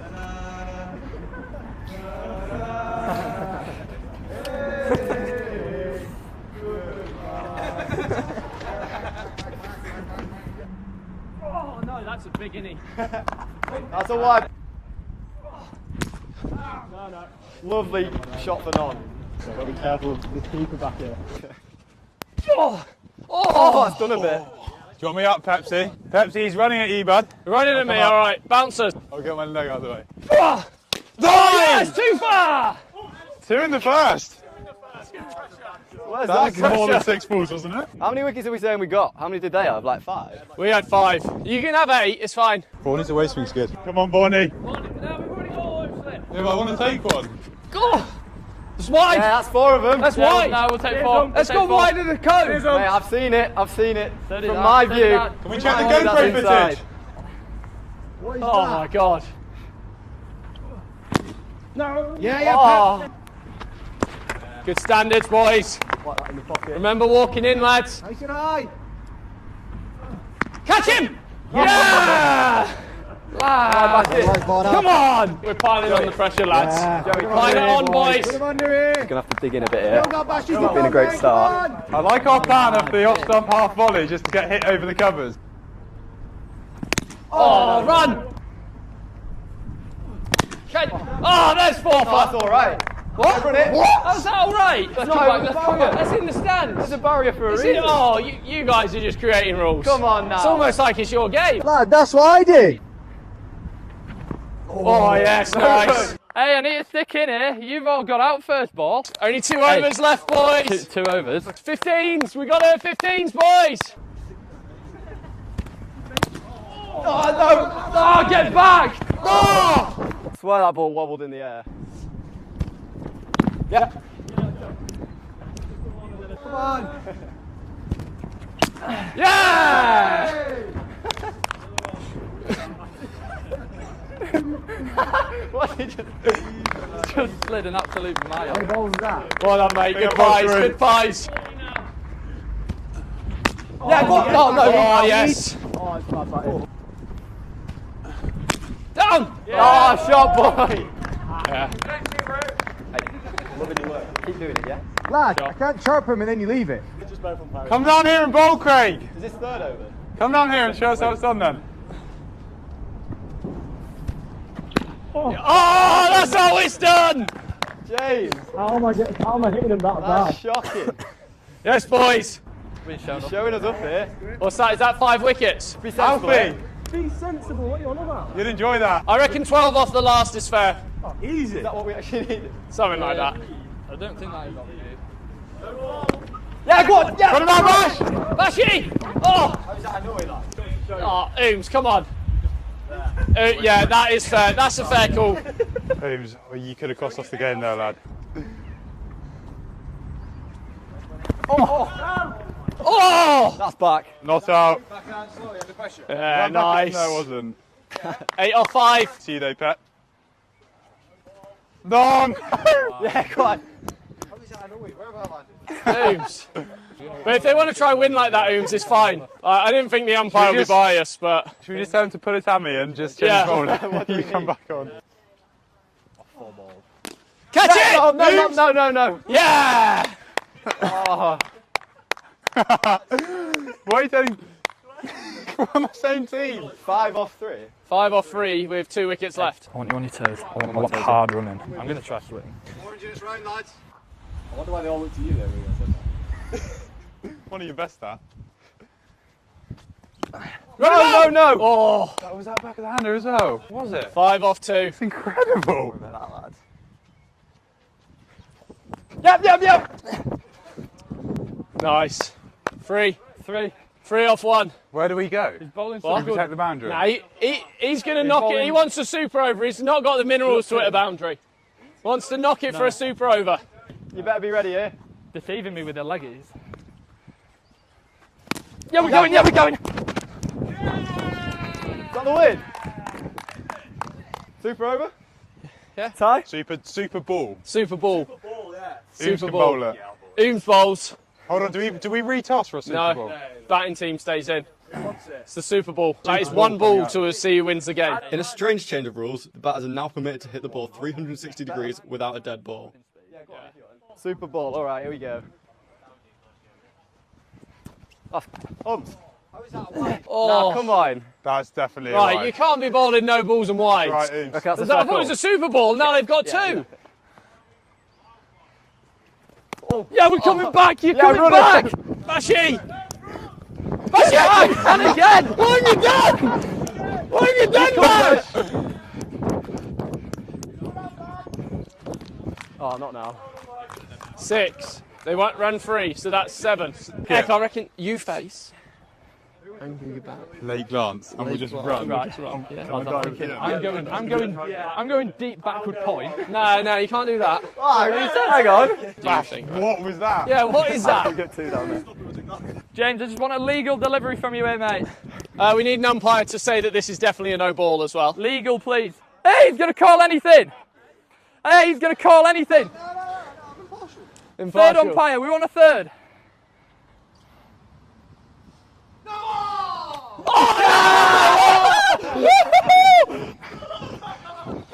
It wasn't a no ball. It wasn't a no ball. No! It wasn't a no ball.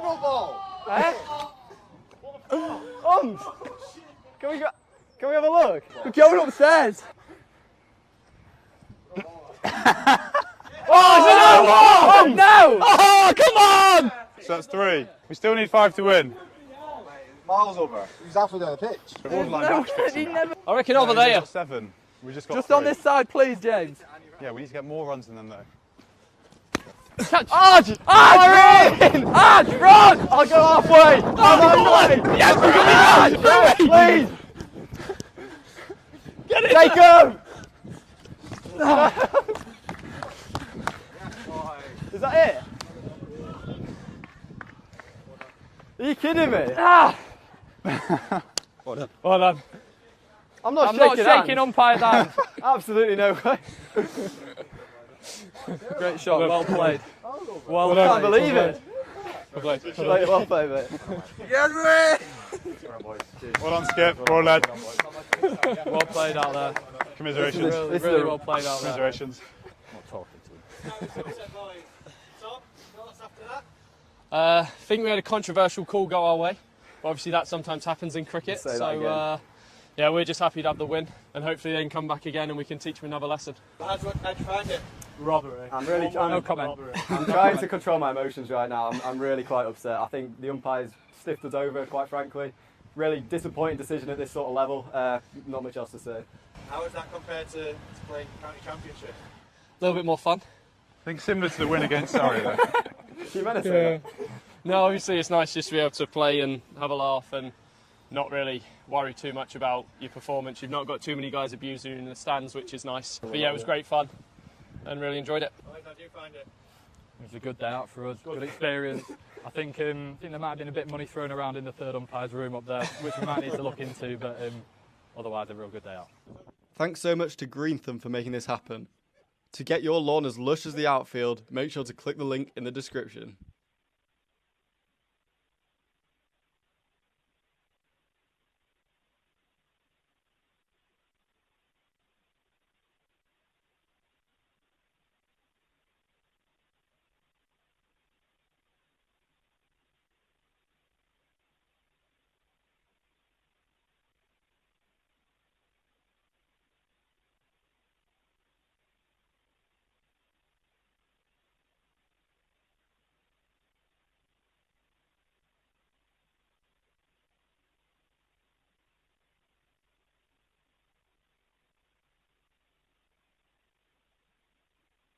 Cooper Associates County Ground. I've got Charlie Taylor with me. We're going to talk about your catching extraordinaire in a minute. And Paul Tweddle, Somerset assistant coach. There's been a bit of chat flying around about Charlie Taylor's catching prowess. And you may well have seen an edit of him dropping a catch at a TV game last year, which hopefully we would have showed a few times tonight. The nation have very kindly agreed to donate £50 every time Charlie Taylor completes a catch. That's £50 if he catches one. They've obviously seen the footage already of him shelling them, so they obviously don't feel too worried about that. But Charlie, how are you feeling about tonight's challenge? I am really nervous about tonight. I'm not known for my catching. I play for a local club in Somerset, and they know that if it's coming to me, it's runs rather than wickets. So I am nervous. Just done a couple of practice ones. Managed to hold on just about to a couple. So we'll see. Extra pressure with 50 quid riding on it. I mean, that adds on a bit of pressure there. So I'm nervous. Yeah, absolutely. Tweds. If people are at home on the Trade Nation website, I don't think this is available to trade on, but it might be. Where would your money be? Would you be trading heavily with Charlie or against him here? I haven't seen the start, mate. I think I'm going evens at the moment. I think I'm definitely worth 150 quid, I reckon. 150 quid? That'll be brilliant. We've got the RNLI, that's going to tonight. So Charlie Taylor, let's see what he's got. We're ready for catch number one.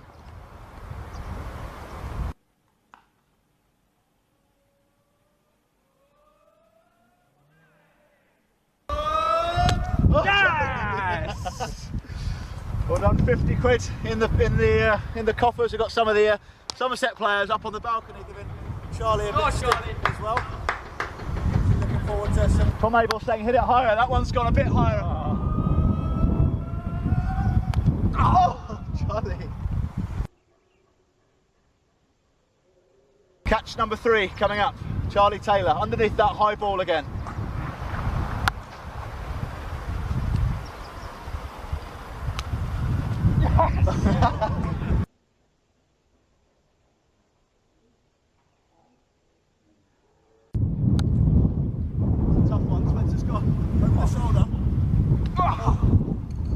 Charlie, you don't play the piano, do you? No. Good job. Your mouth is your the money maker here, as they say. So catch number 5 coming up. Tweddle gives us some height. Taylor underneath it. Yes! Straight in the bread basket. 150 quid for charity, Charlie. So for one catch to come. Could be 200. Could be 200 quid coming to the RNLI. Catch number 6 going up. Gives it a bit more height. Yes!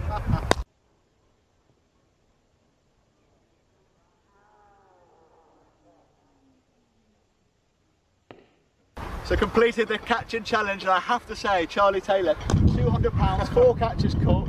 How did that go? I am amazed that 4 managed to stay in. Okay, not cleanly, like you said, some of them, but I tell you what, that gives me a newfound respect for that. If you imagine the floodlights on as well, a full crowd, obviously not this year, but normally that pressure, knowing also if it's a big wicket, if it's their key batsman, that's a lot of pressure. It's actually quite painful as well. So fair play to them, but I'm absolutely delighted. 200 quid for charity.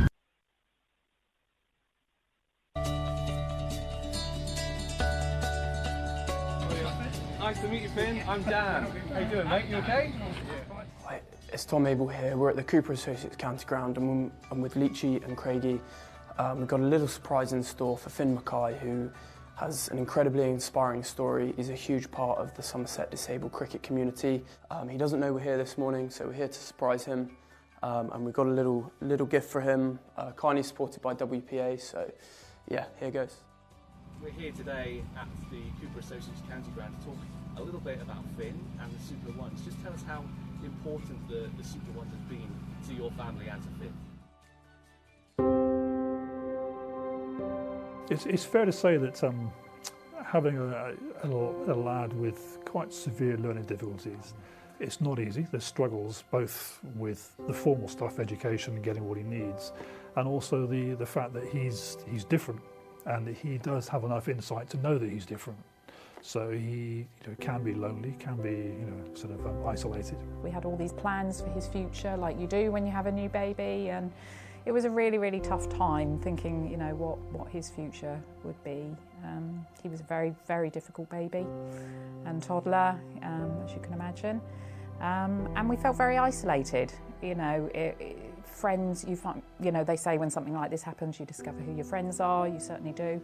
You know, and we felt very much on our own. He's got 2 older sisters who, obviously, as parents, she'll try to balance the special needs requirements with an ordinary family life for his 2 sisters. So it's not been straightforward, you know.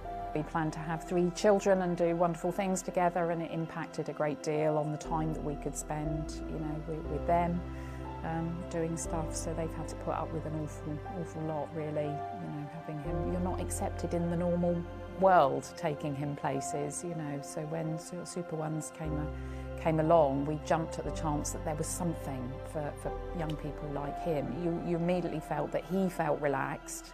We felt relaxed because we were always on edge with him. If we took him, you know, to other places, people would frown at you and stuff with his behaviour. So to be able to relax knowing that he could do what he wanted, he was fine. What's developed through this has been amazing because it is life-changing for him, but I think on reflection it's probably life-changing for all of us as a family, actually, that you know, there's more support from other families and other parents. Someone without additional needs, I guess, we take that for granted, that you can go out and find a place to belong and have that sense of belonging. But for some young people, that's not always the case. So to provide that, and they can build that identity, feel part of the community, and then begin to experience what we might take for granted is, yeah, it has huge impact. The statutory bodies, as we all know, you know, everyone's under financial pressure. So Finn, without this, wouldn't have a great deal, now that he's left formal education, he wouldn't have a great deal of interaction. It completely changed all of our lives to, you know, be a part of something like that. Yes, it's cricket, but then you've got so much more that comes off the back of that, which actually is, for Finn, has just helped him grow as a person. So that's been great. And, you know, long may it continue. And also your favourite sort of Somerset players, I'd like to touch on that. We spoke before we started actually about some of your favourite players, and one of them was it Tom Abel was your favourite player? Yeah. If Tom was around right now, that would be great, wouldn't it? What would you say to Tom? What would you say? Do you think he's good? You could always ask him. Hiya, Finn. Good to see you, buddy. You okay? Hiya, how are you? Nice to see you. Nice to meet you. Bit of a surprise. We always see you here supporting us, Finn. So, yeah, we obviously thought we'd come and have a bit of a knock around if you fancy a bit of a game. So before we do that, we've also got a little gift for you. Leachy's got a little award here. So, it's an exclusive invitation. There's a disability game at Lord's, so we've got you an exclusive invitation. Wow, Finn, to and go to WPA are kindly covering the cost of your travel and your accommodation. Oh, wow. And on top of that, there is also tickets for you and your family to day 3 of a test match against Sri Lanka at the Oval, which hopefully, you know, Leachy will be playing in. So, fingers crossed, yeah. So, that's for all your commitment and everything that you do for Super Ones, you know. Oh, wow, what did you say? You deserve it. That's amazing, isn't it? He's quiet now, but he won't stop talking about it for the next goodness knows how long. That's amazing. Thank you. Pleasure. Should we play a bit of cricket? I think the nets are set up for you. So, should we have a bit of a bat and a ball? Yeah, fancy that? Sound good? Show us what you got. Right, you got Craigo and Jack Leach bowling at you. Boy, nice shot. Why, nice.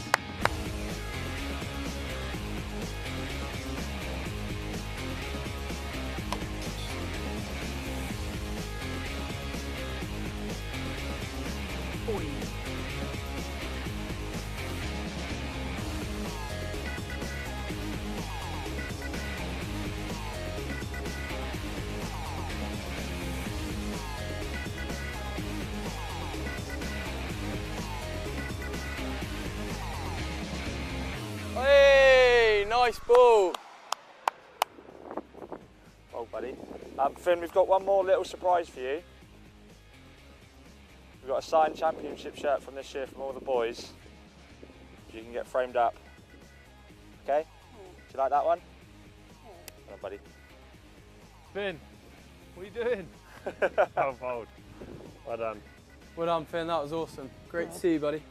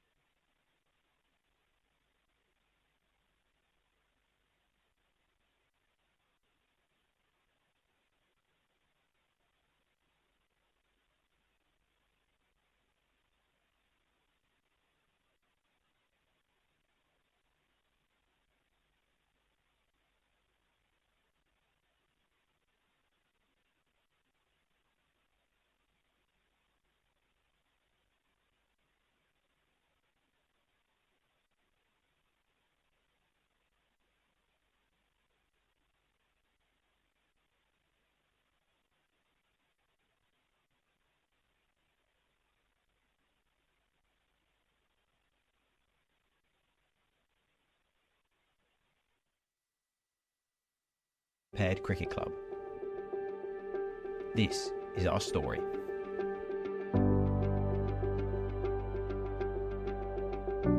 In 2010, the first game of visually impaired cricket was played at the Cooper Associates County Ground. In 2024, the VI team has over 16 members and the current men's and women's England captains playing for them. England women's captain Catherine Jelfs-White was one of the founding members. The organisation that runs a domestic VI game, Blind Cricket England Wales, wanted to spread the game a bit further, more areas of the country. So they brought a few players and coaches down to Taunton. That was 2010. We all loved it immediately, so we decided we'd set up a committee, and with the help of the Somerset board, we got ourselves going, formed properly, entered the Development League the year after. We won that a few times and were promoted to the National League. Sadly, we didn't manage to win that one yet. We've got several runners-up gongs for that and the 30 Over Cup, but we have won the 2020 Cup 3 times. So, in the UK, more than 2 million people are living with sight loss. Of these, 340,000 are registered blind or partially sighted. Living with a visual impairment can impact everyone differently. Day to day, it's hard, especially with lighting for me. So I have really bad days with my eyes, and I have to have a lot of operations and stuff, and it does affect my mental health as well, because I can't see as much as other people, so I feel more insecure. So I keep it to myself and stuff, which impacts me. And then when I can't see anything, I just feel like I'm always in the wrong. Every day, 250 people start to lose their sight in the UK. This is equivalent to one person every 6 minutes. 1 in 5 people will live with sight loss in their lifetime. This means that cricket must adapt to suit those with a visual impairment. I guess the main difference in VI cricket, there's a couple of differences, but the main difference is the ball. The ball is sort of a size 3 football, and it's got ball bearings in it, so it rattles when it bounces, it makes a bit of noise. So you have to have a certain number of people in the team who are totally blind, so they're called totals. Essentially you have a spread of people along the spectrum of the sight, kind of sight classifications. Another difference is that if you're totally blind, you get double runs when you bat. The only other one to really consider is that when the bowler is about to start bowling, they ask the batsman if they're ready, because obviously they won't be able to see if the batsman's ready. But it also is a cue for all the fielders to go, right, okay, the ball's going to be in play. These adaptations allow for VI cricket to be as inclusive as possible. Everyone can get involved, no matter what type of visual impairment they have.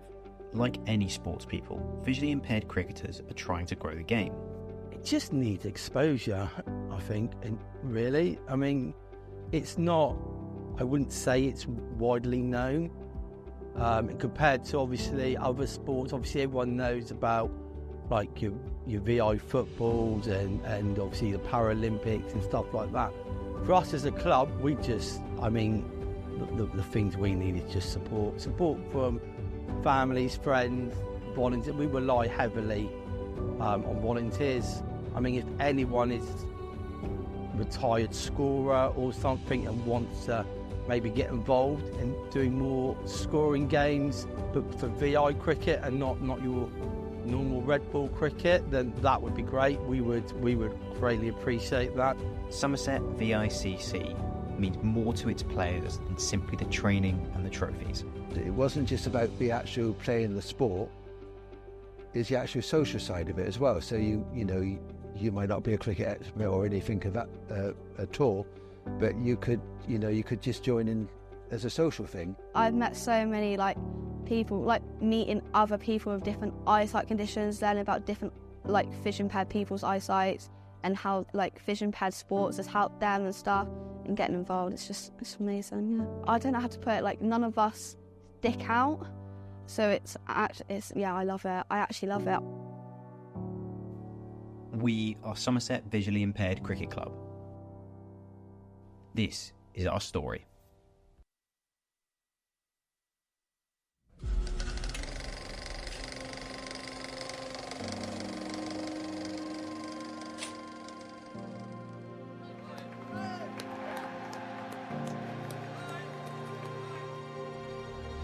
150 years of history. And he gave himself some room there for the stroke and paid the penalty. Paul Garner. A century and a half in Somerset. Straight, out. Spin to swing, this county's seen it all. Records set and broken, Somerset's spirit endures. The cider that flowed with the fans' roaring cheer, the hopes and the dreams that have spanned every year. From rookies to masters, the club's beating heart, each player a thread in this vast work of art.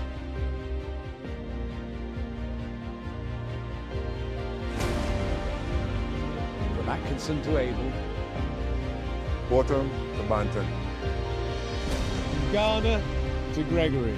Lewis Gregory does what Lewis Gregory has done for a little while now. Cricket is very much alive in the southwest.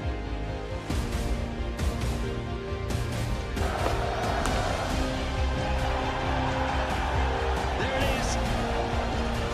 James Hildreth was there at the end.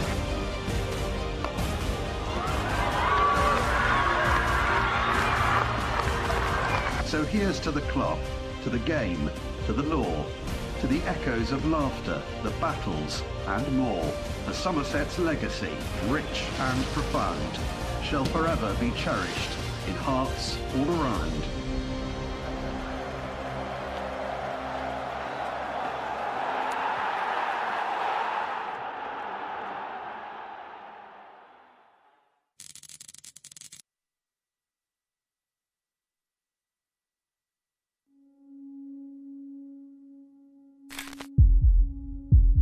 High blood pressure is responsible for over half of all strokes and heart attacks. It's known as the silent killer. Many people have no symptoms. So, if like these Somerset cricketers, you want to have a good innings, make sure you get it checked to avoid serious illness or even death. We're going to check your blood pressure today. It takes just 1 minute to have this done. I'll pop this cuff onto your arm. It'll start to inflate and you'll feel a bit of pressure. Please let me know if this pinches at all. So your blood pressure is absolutely perfect. The top reading, the systolic, is 130 and the diastolic is 64. So both of those are very healthy blood pressure. It shows you're looking after yourself very well. For having your blood pressure checked, you can go to any pharmacy and they'll check the blood pressure for you, or you can also borrow a machine from the library, take it home and do your measurements there. Do you need to book an appointment when you go into these pharmacies, or can you just walk in? So some pharmacies do have online booking and some just let you walk straight in. It also doesn't have to be the pharmacy you normally collect your tablets from, so if going to one next to where you work or where you train is easier, you're welcome to go to there as well. Don't let high blood pressure bowl you over this year. Get your blood pressure tested, like our Somerset cricketers and staff have today. Quick and easy to do, isn't it? Absolutely, yeah, very easy. Lovely. So your top reading, the systolic, is 129 and your diastolic is 80. So that's a completely normal and healthy blood pressure.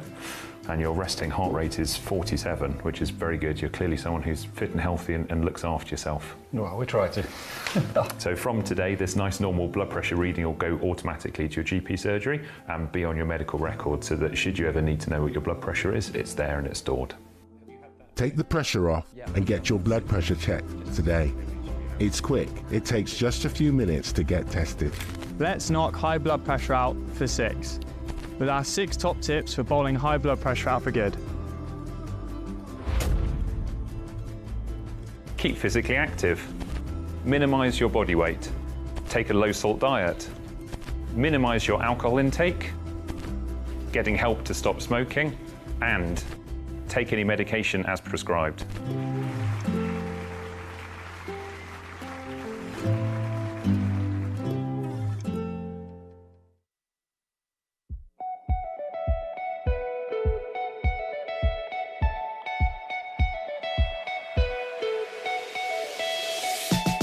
One of life's great invites, Thatchers have invited me to their orchard to see the process from on the tree to in the pint. Shipplate Orchard is just 16 minutes from Myrtle Farm, Thatcher's largest orchard with 137 acres of land and home to 65,700 trees. It's got the most amazing views over the levels and across the Bristol Channel. No wonder our apples are so happy here. The apples include varieties such as Dabinet, Three Counties, Tremlett Bitter and of course the Somerset Red Streak. There's even a royal variety called Prince William, named after his favourite drink when at university. When it's time to harvest, we shake the apples from the tree using specialist tree shakers. It's fascinating to watch and a lot more effective than back in the day when William Thatcher used to shake the trees by hand.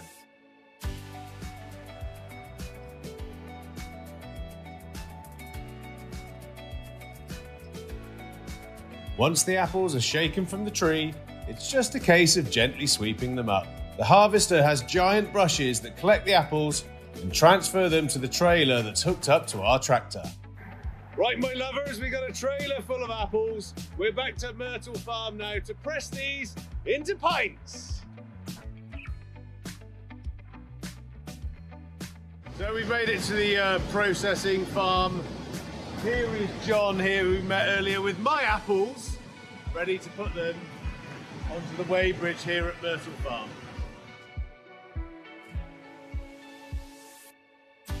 Our trailers gently lower the apples onto the apple sorter and washer. So now we see nearly the end of the road for the Thatcher's apples, going into the cleaning facility. All of the, as I'd like to call them, bad apples are got rid of, dropped through the bottom, all the leaves and bits that the machines have picked up, all disappearing, and all those high quality apples going into the press a bit later on to make that famous Thatcher cider. It's ideal, this machine, but it actually came from the potato industry and works brilliantly for our apples. It's gentle on the apples, saves on water, and has been a fantastic addition to Myrtle Farm. We can shake, collect, deliver into the press within an hour. That's impressive and means we get the apples to Myrtle Farm when they are still at their absolute finest. The apples are fed into the mill and pressed into apple juice. Our cider making experts then ferment the juice and turn it into cider. This is probably the most important part of the whole cider making process. And then the juice is matured, blended, ready for tasting. The cider makers taste the cider every day to make sure it's absolutely perfect. Now that's a job to get. Hey, Martin, where do I put my application in? After a hard day's work harvesting the Thatcher's cider apples, it's only right that you taste the fruits of your labour.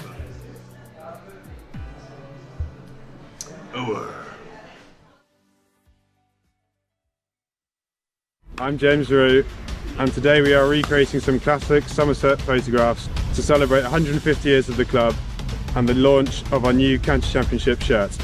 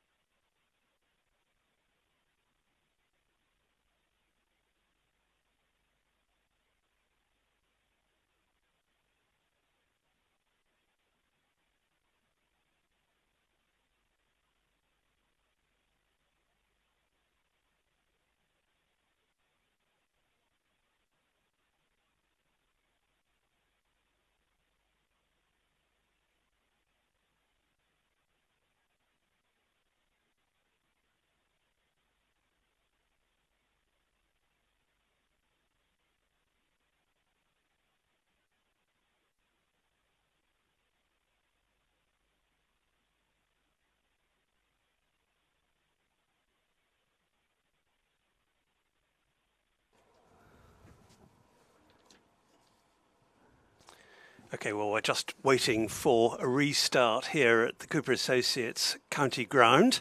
Coming up in 15 minutes' time, 3:20, we are due to restart. The bowlers are out there going through their paces. In the meantime, I'm delighted to be joined by Alan Maybe of Somerset Visually Impaired Cricket Club. We've done some pieces, and you are providing a very good proportion of national, international experience. We are. So we currently have 4 international players playing for Somerset, which is amazing. We've got the England captain currently, men's captain, and we've also got the England UK women's captain. And so we've got 2 other players playing for the men's and the women's team. So, yeah, it's amazing. Well, it's very good to see. It reflects Somerset representation in all sorts of formats. Absolutely. Which is very much part of the scenery. And it's got a bit of history now. It's been going for more than a decade. Yeah, so we started back in 2010. There was only a small band of us, of about 8, I believe. And we started in development cricket, played 2 years in that, and then gradually went up to the National League. We've played since about 2014 National League, and we play obviously in the league and obviously in the Knockout Cup and the T20. And with some success. Absolutely, yeah. So we've come runners up in the league 2 or 3 times, I believe. Also, we've come runners up in the Knockout Cup, but we've actually won the T20 3 times, I think it is. Come runners up a couple of times, and we're in the final for finals day again this year, which is great. How far back does your own interest in cricket go, Alan? Oh, it goes back years. I love cricket. I do love the short format, if I'm honest. But I was just really shocked when I found out that it actually was a vision impaired cricket back in the day in 2010. I hadn't known about it before then, so it gave me an opportunity to get involved, play a game that I really like and I'm really interested in. So yeah. Fantastic. And what's your speciality? Oh, I wouldn't say I've got a speciality. All-rounder. So I wicket keep. Excellent. Great place to be. Absolutely. Always involved in the game. Always involved. The thing is, if you make mistakes, you get noticed. That's the trouble, isn't it? Yeah, I bat. I wouldn't say I'm a great batter, but I bat. I'm not a bowler. Not a bowler at all. Yeah, and leadership, is that your thing at all, your bag? So I have been the captain of Somerset Visually Impaired Cricket Club. When we first started, I was our original first captain. We've since then had our third captain since I was. So yeah, we had 2. We've had Rob Crisp, who was our second captain, and now it's Ed Hossell, who is our captain and the men's England captain too. And do you presumably you travel around quite a lot for away games? So we do. So the league's split into 2. We currently are in League 1, and we've gone not that north this year. So the furthest north we've gone is Northampton, but we've gone across to Sussex and London. Unfortunately, we've just dropped down. We are dropping down to League 2 next season, but we'll go up to Yorkshire and right across to Kent. So we do travel, and depending on how we get on in the cups or who we get drawn in the cups, we could go up as high as like Cheshire and Durham. Yeah, fantastic. So you get around, and you probably take an interest in how Somerset have been doing here at the Cooper Associates ground this summer.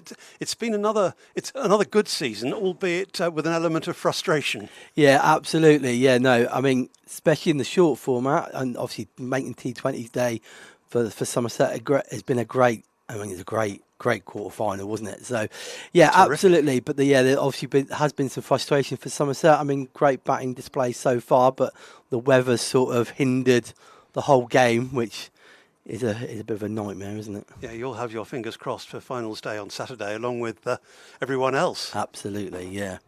Yeah. Hopefully, we can make it a double header. So Somerset this Saturday, and then us the following Saturday. Yeah. And the 50 over, developmental, we've seen some youngsters involved in that, which bodes well for the future. Absolutely. It's always great having youngsters coming through the game, every format of the game. Youngsters coming through, it only helps, doesn't it? And they bring new ideas, and they do different shots, and it's always great, and they come with enthusiasm and stuff, so it always bodes well for the game. And in the meantime, for you, there's an exciting winter to look forward to. There is. So 2 of our players have been picked to represent the UK blind women in India at the first ever Women's T20 World Cup. So they're both really looking forward to that. That's going to be great. I mean, they need to raise some money, unfortunately, going forward. But it's going to be an amazing opportunity, both for them and for the club, representing the club, and one being my daughter. So I'm really proud. Anybody wanting to contribute, can they anywhere for them to go? So there is it's a great article on the foundation page of the whole India experience and the story. There's a link on there for Just Giving page. And then, they can always drop an email to us at Somerset Vision page. So it's somersetvicc@gmail.com. Always drop us an email if there's anything they want to do to get involved in the club, to raise money for us, anything like that. Yeah, just drop us a line. Well, it sounds like quite a prospect and very much something to look forward to. Very best of luck with it. And Alan, thank you very much for coming in. No, you're welcome. Thank you for having me. And we'll be back with you very shortly, around about 5 minutes' time for the restart.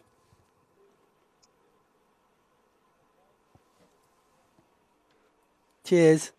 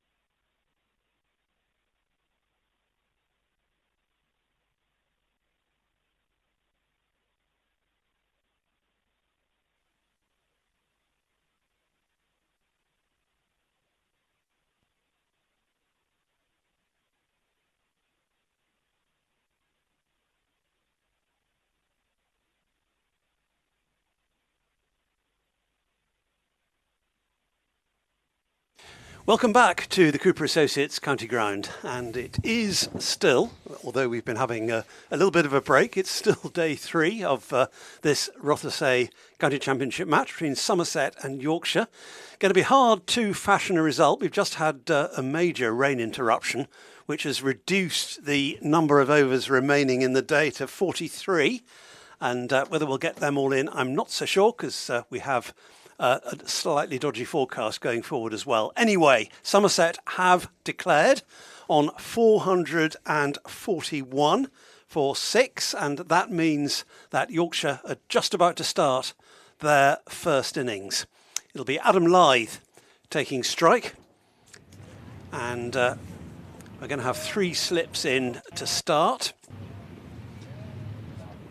Still very cloudy. I'm Stephen Lamb, and I'm about to be joined, delighted to say, by Charlie Taylor, who came hot foot from the breakfast programme this morning into the commentary box, was all ready to go, and just as he was about to join us, it started to rain. But he has now some cricket to commentate on. I'm delighted to say, afternoon, Charlie. That very minute, wasn't it? It was when the rain started. So 4 hours and 20 minutes ago, and here we finally go with a bit more cricket for today. So Somerset have declared 441 is the lead at the moment, and it's Josh Davey who's got ball in hand. First ball is a dot ball.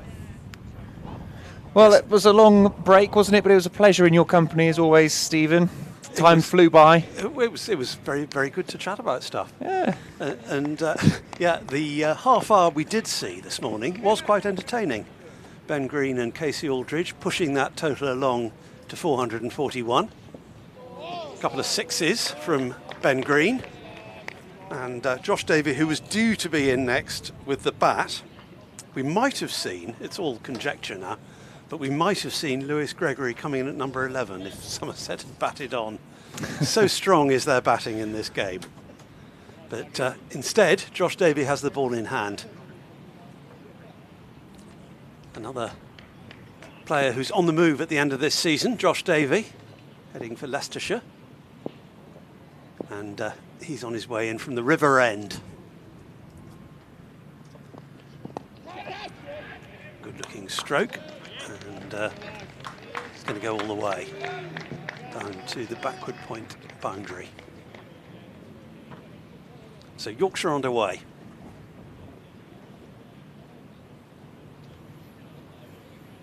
Still heavy cloud cover. It's we did see some blue sky around about 15-20 minutes Blink ago. and you missed it, really. Yeah, it's been in very short supply today. Yeah.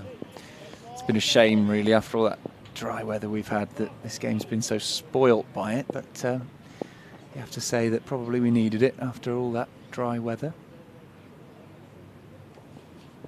A little bit of movement there from Josh Davey, I think, as it passes the bat. Yeah, it seemed to shape away and then come back a fraction, so it might encourage him, but too far outside the off stump to demand Adam Lyth's attention. I'm sure it had his attention, but actually playing a stroke at it is something else. He was certainly aware that it was happening, but decided, as you say, not worth the effort. Finley Bean is at the non-striker's end as Yorkshire begin their reply.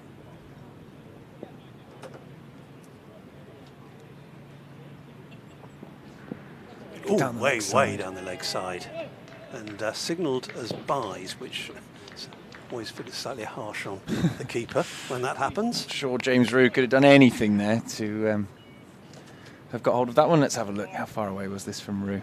Yeah, a long way. So a boundary to Lyth and a boundary to extras in the first over.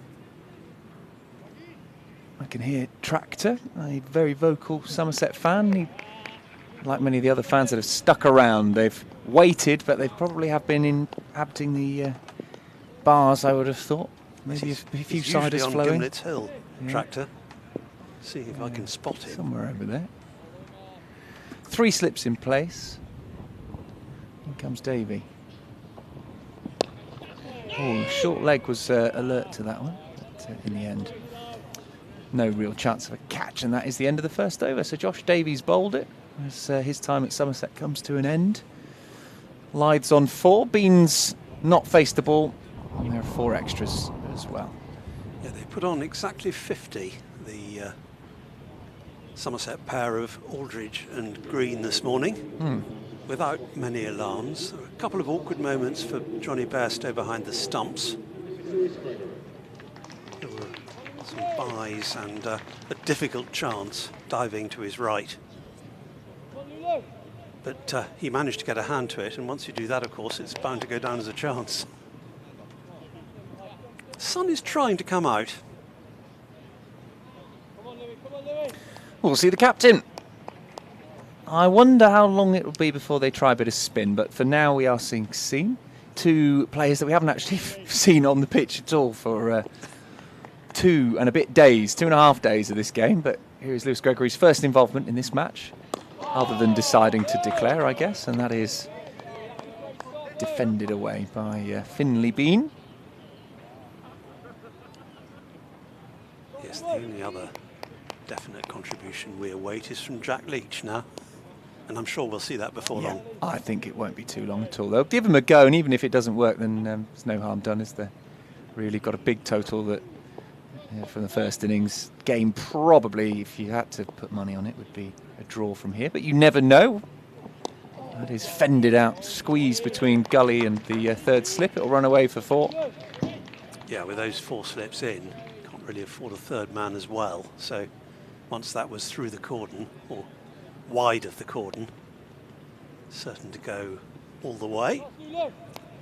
Yeah, I mean, it's very difficult. What is it? 42 overs today, plus tomorrow, and that's it. And we've only seen 6 wickets go down so far. Yeah. Yorkshire have got bonus, well, they both have bonus points in mind still. Bowling for Somerset, batting for Yorkshire. 4 slips waiting, but that one is going through to the keeper that time. 12 without loss is the score. And they'd be weighing up the need for bonus points against trying to fashion a result through declarations. Yeah, I'm not sure whether both these teams would... We were having a discussion whether they might set up a finish. I don't think that, because neither of these teams... It has to work for both sides, setting up a finish, doesn't it? Because if there's one side that actually is happy with the draw, then why would they risk losing that? I don't think Yorkshire are really in a position to challenge. No ball, and Lewis Gregory's bowled quite a few of those this season. Yorkshire are third from bottom. Yeah, well, in that case, they might be interested in it, but Worcestershire are not going to win, they're going to lose. Worcestershire are almost certain to go down, aren't they? Yeah, so what's going on in the other games? Let's have a look.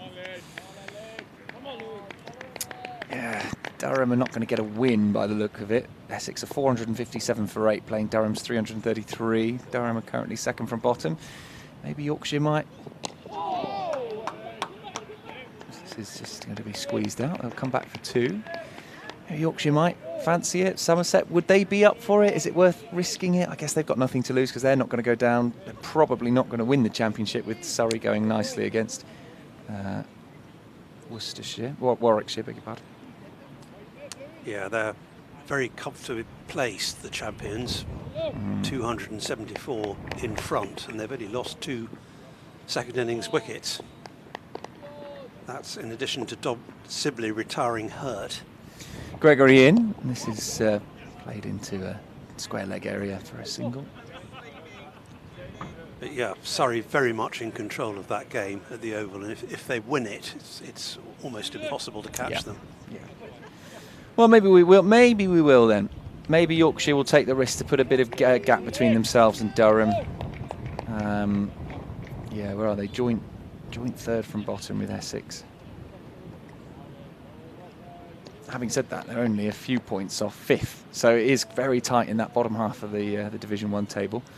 Now, are we seeing some misty rain coming in here?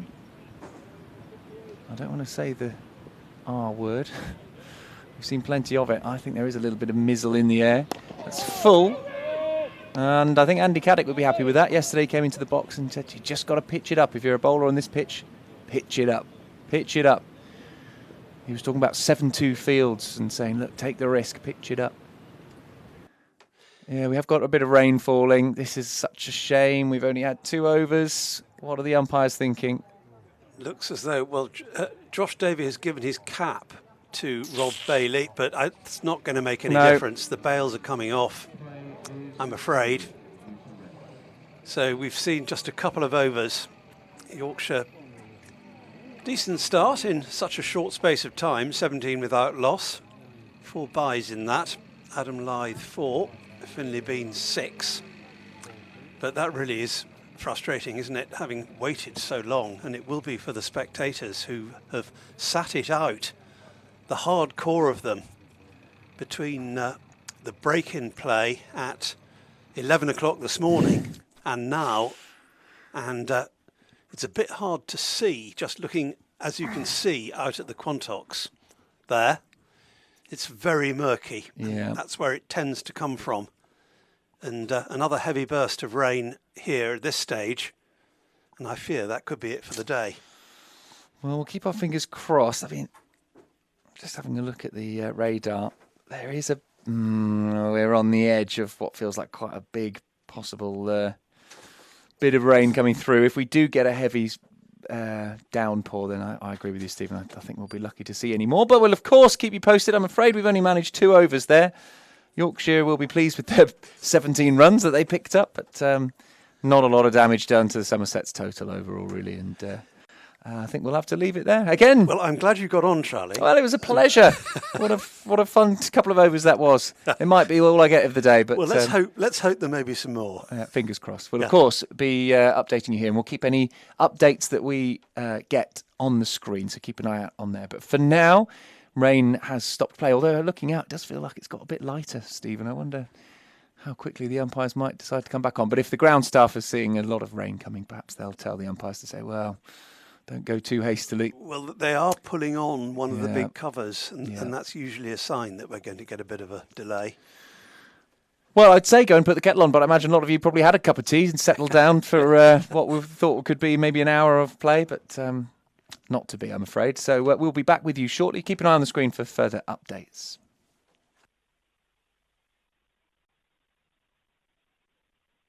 Some people with a disability at the start think they can't do stuff, but in my mind it's opposite. I think you can do stuff with your life, you just got to adapt. Connor was born with cerebral palsy, epilepsy and learning difficulties. We didn't know if he was going to live. He didn't talk for 5 years. He couldn't walk properly for 3 years. We have terrible times when he's in and out of hospital and it's awful. As a mother, perhaps I actually grieved for the boy I thought I may have lost. That he would never be able to have a normal life. He was told if he did sports, it would help him with his CP, help him get stronger. Sport is Connor's life. If I didn't have it, I don't think I accomplished a lot. He runs everywhere, but the main problem is his epilepsy. You could faint at any time. When he goes out running, he normally needs to run with someone else. Even though he's had all these challenges, he's grateful that he can run. I feel so lucky because everything I've done, my parents always supported me. A lot of mainstream sports don't really include people who have disabilities, whereas Super Ones is fully inclusive. He absolutely loved it from the first time he went. I didn't know at first it was cricket. It just came out of nowhere, really. After a few months, he got more confident and he was asked, would you want to lead the warm-up? He was then able to transfer those skills elsewhere. He started coaching 2 years ago and he's been working on the All-Stars programme, but he's also been coaching on the Super Ones programme at Yeovil as well. He's one of the people who's helped me do what I can, be more independent. He's always trying to improve himself, not only for himself, but so he then can pass that on. The fact that they get to see Connor and have him as their coach is a really good role model. He's looking for, what's the next stage? How far can I go? So he now helps out with the gym and walking cricket for the over 50s. For him to come in and say, I'm going to work I mean, that's something I didn't think I would ever hear. I make sure all the gyms are nice and clean. If someone needs a court, you log them in the system. He has proved it doesn't matter if you have challenges in your life, you can do amazing things. When I was younger, I didn't think I was going to do nothing, but I proved a lot of people wrong. The biggest thing I would say is let them do it. Encourage them and be prepared to let go. And a group like Super Ones is so encouraging. If I didn't have cricket, I don't think I would be as happy. Oh my God, I am so proud of him. He's happy, and to me as a parent, being happy is it's the most important. Sorry.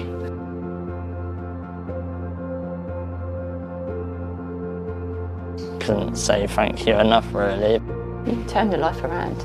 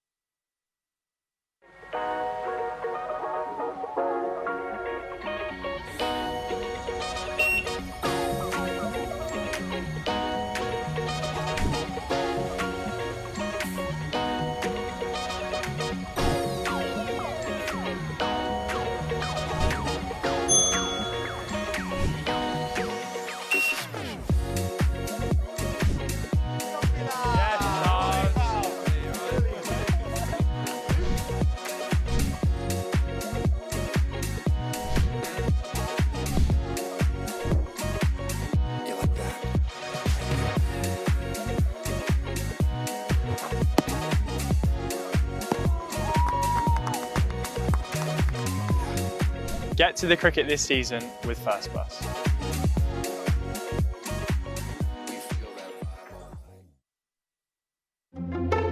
I honestly can't remember when I started playing cricket. I think it was probably around 6 or 7 years old. I guess when he was about 7, we started doing more things together, playing more sports in the garden. There's definitely a competitive relationship between me and Dad. We've played many sports against each other over the years. We've got darts, pool, table tennis all in the garage. Played all the racket sports. We still play golf against each other. But the one sport that I've never beaten Dad at is tennis. And that is because he refused to play me since I was 12 years old. He beat me at everything else by 13, and so I had to, had to just call it a day there. I remember distinctly having a birthday party here. There was a cricket party when I was 7 or so. Dad managed to cut a strip and rolled it. We've even got a little roller in the garage and had a great time. I went to various estate agents and borrowed sale signs, and we put them around the garden as hoardings around the boundary rope, and we had a small little strip in the middle that we cut and rolled, and he had I think 13 friends around, so there was almost two teams worth of players, and they all had a bat and they all had a bowl, and then they had a lovely party tea afterwards. When we first looked at this house, the estate agents suggested to us that we should take a pair of shears with us, because we wouldn't even be able to get in through the gate because it had been neglected for years and it was very, very overgrown. When we got a lot of the bulk clearance done and I started to cut the grass, it was quite obvious that it was just a sea of weed and very little grass, more moss than anything else. Because of the size of the garden, I didn't have the time to do very much about it, so it was obvious that we needed some help to get the grass into a decent condition, which is when we engaged the services of Green Thumb. At one stage the garden was full of climbing frames and we had an above ground swimming pool and trampoline, all sorts of other stuff, and whenever Green Thumb came they had to move all this stuff around to actually tend to the grass, so they've been great. I remember Green Thumb coming round probably from the age of about 8, because I remember the little orange pellets that were always in the grass, and Dad would say, no, you're not allowed to play on them whilst that's out there, so I was always frustrated for a week or so after Green Thumb had come, but obviously gets the grass to look like it does. I've put it through a lot of trauma over the years with cricket spikes, rugby boots, and I think it's obviously testament to them that every time I come back home now, and when I came home after school, it looked immaculate and I was able to just get out there and have some fun. I think they've done a fantastic job for 25 years. There's probably a few patches around the garden where I've taken a few too many divots with the golf club as well, and they've managed to get it growing back very well. I think the combination of what they have done, the treatments that we've had, and the advice they've given us on how to care for the lawn in the interim, it's been first class.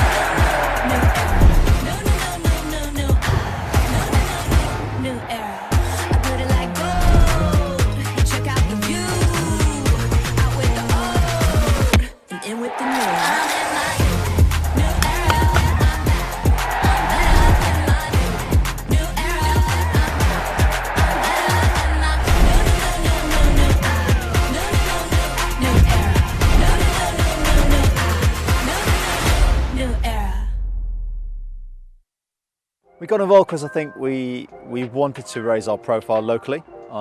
We were a growing business and the Somerset County Cricket Club is well known, obviously within Taunton. We recruit primarily from the Taunton area, so really and honestly to start with it was all around improving our brand, making sure that people locally knew who we were and it really benefited us in terms of feeding our recruitment channels. The team at WPA really enjoy interacting with their colleagues at Somerset. I think we've seen incredibly high levels of commitment from the team, the commercial team that we work with. So nothing's too much of a bother for them. They're responsive, they work hard on our behalf, they've delivered on everything that they've said they're going to do from the beginning and more. It's been a pleasure, to be honest. It's the easiest partnership that we have to work with. Well, the benefits initially were around the kind of our profile locally and helping our recruitment. Now we're a growing business. We've expanded by quite an amount in terms of staff, but also customers in the last 4 or 5 years or so. And it's helped recruit the people that we need to fulfill our service requirements.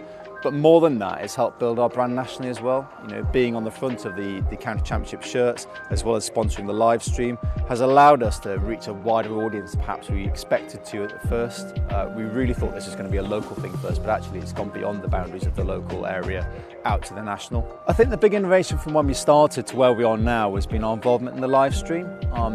That's been amazing in terms of, again, that brand exposure. So many people watch the live stream from so many different parts of the country, in fact nationally, but all the way across the UK. And to see our brand up there when the live stream's on is a big thing for us.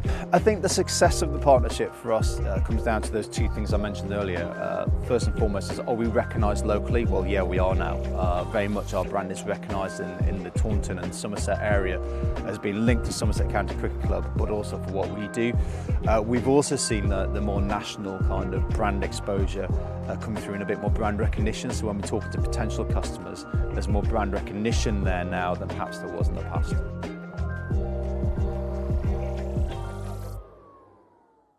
At Thatchers we get real benefits being involved with the Somerset County Cricket Club. I think being part of the fan experience on those amazing match days, but also when Somerset step onto that national stage, is really fantastic to be involved with.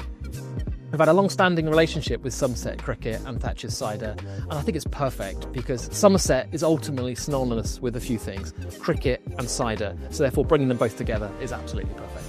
I've had some lovely evenings watching cricket at Taunton. I think my favourite memory altogether was watching the highest ever T20 Blast score against Derbyshire a few years ago. The crowd atmosphere was absolutely electric. Somerset's advancement of women's cricket has been a really positive, innovative step forwards, and we're delighted to be involved with Somerset as they grow that next stage of the cricket's journey.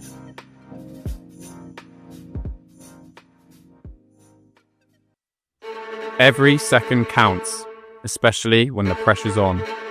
When something's coming at you fast, hesitation isn't just risky, it can cost you everything. There's no time to second guess, no room to doubt, only instinct, preparation and precision. It's not just about reacting in the moment, it's about reading the rhythm, anticipating what's coming and positioning yourself to strike at exactly the right time. Success doesn't come from chasing every move. It comes from knowing when to hold back, when to push forward, and when to trust your gut. Mastering the moment means staying one step ahead. Seeing the opportunity before it arrives. Taking control rather than being controlled. Because when you own the moment, you own the outcome. And with Trade Nation by your side, you're always ready to make your move.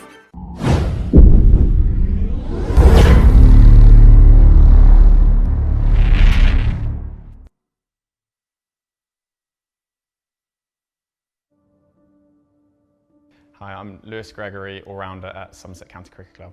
I've been playing at Taunton since 2010, been home for me now for the best part of 15 years. My experience with Alliance Medical here at Taunton's been amazing. The service that we get is pretty special. It's really important to have access to world-leading technology and diagnostics. I guess as sportsmen, you need that technology to determine any injuries or not injuries. Having access to a 3T scanner for us is amazing. It's got a stronger magnet and gives us higher resolution pictures, which for MSK injuries, which we tend to get, it gives us a better picture on the injuries that we're dealing with and come up with a more detailed plan of rehab and way forward. Alliance Medical are the perfect imaging partner for Somerset. This partnership's really integral to keep our guys match ready. I visit the Centre for Scans quite regularly. I pretty much do know the team pretty well. I've seen the smiling faces. It's always a nice introduction, and it's 10 minutes from the ground for us. Car park's really spacious. It's, I guess, a modern facility for everyone to use. I'd recommend Taunton Diagnostics to people around the community. It's a great facility and somewhere that you can come if you do need any imaging. It's a long, hard season on the bodies for a lot of boys, and yeah, to have this facility available to us to get guys back on the park quicker or to keep them on the park is amazingly special.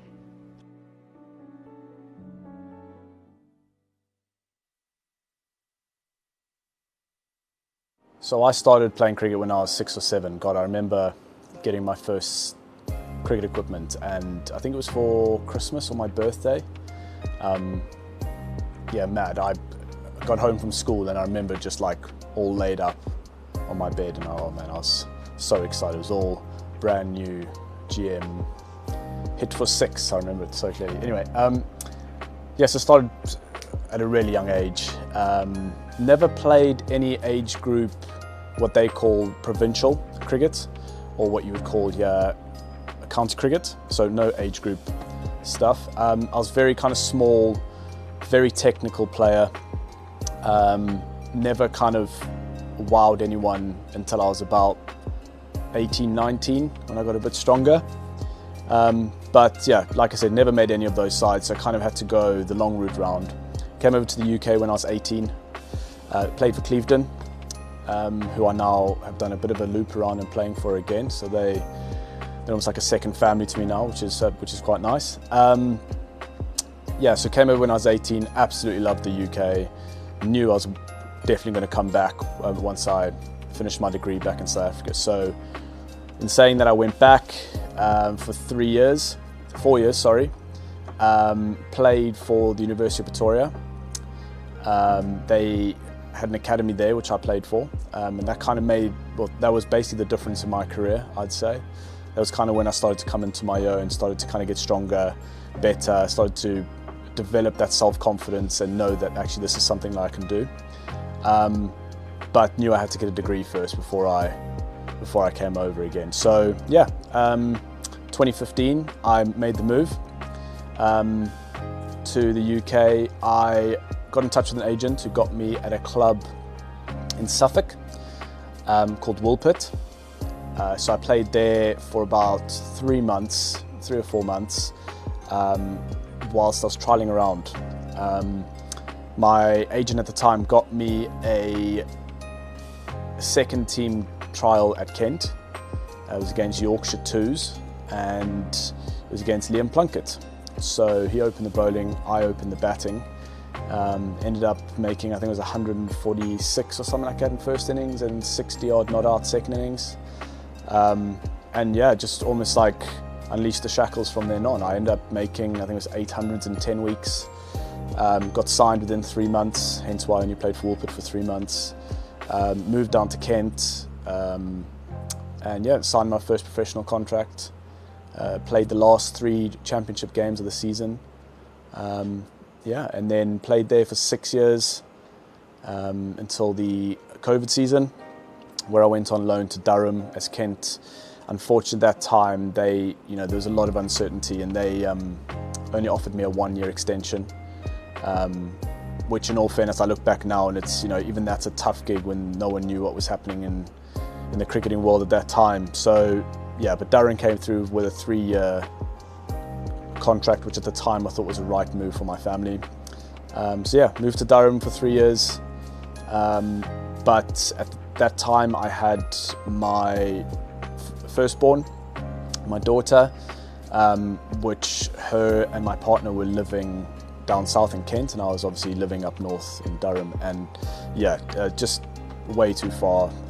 Really missed home, missed them. I was travelling back down, every week, every second week, so I was doing, 6-hour trips back home, and 6 hours back within a weekend, and it was just really taxing on my body at that time. So did really well for Durham, loved Durham, it was a great place to play, great people, and yeah, I ended up just having a chat with them and basically explaining my situation. I wanted to be back down south, so put my name on the list to move. They were very understanding, very accommodating. Somerset came through, and yeah, the rest is history.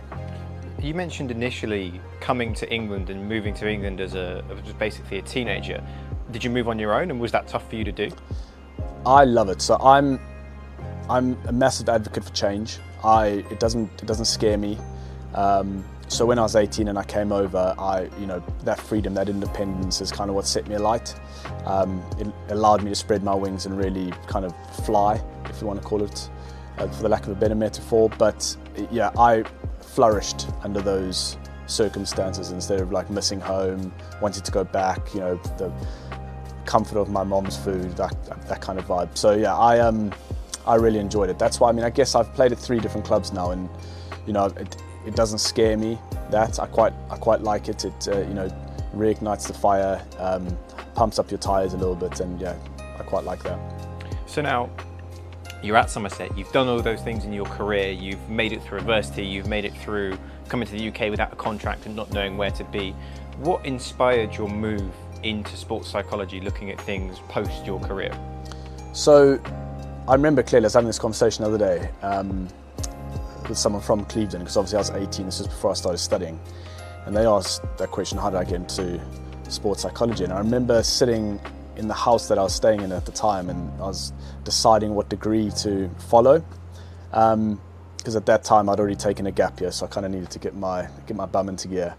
And it just sprung on me. I was like, oh, sports psychology, I can kill two birds with one stone. I can, help my own mental processes whilst helping others. And looked into it and it was like, no, it's going to be about a 7-year process. And I was like, absolutely not. No. So that quickly went out the window, and ended up doing more of like a psychology BA degree when I was back in South Africa.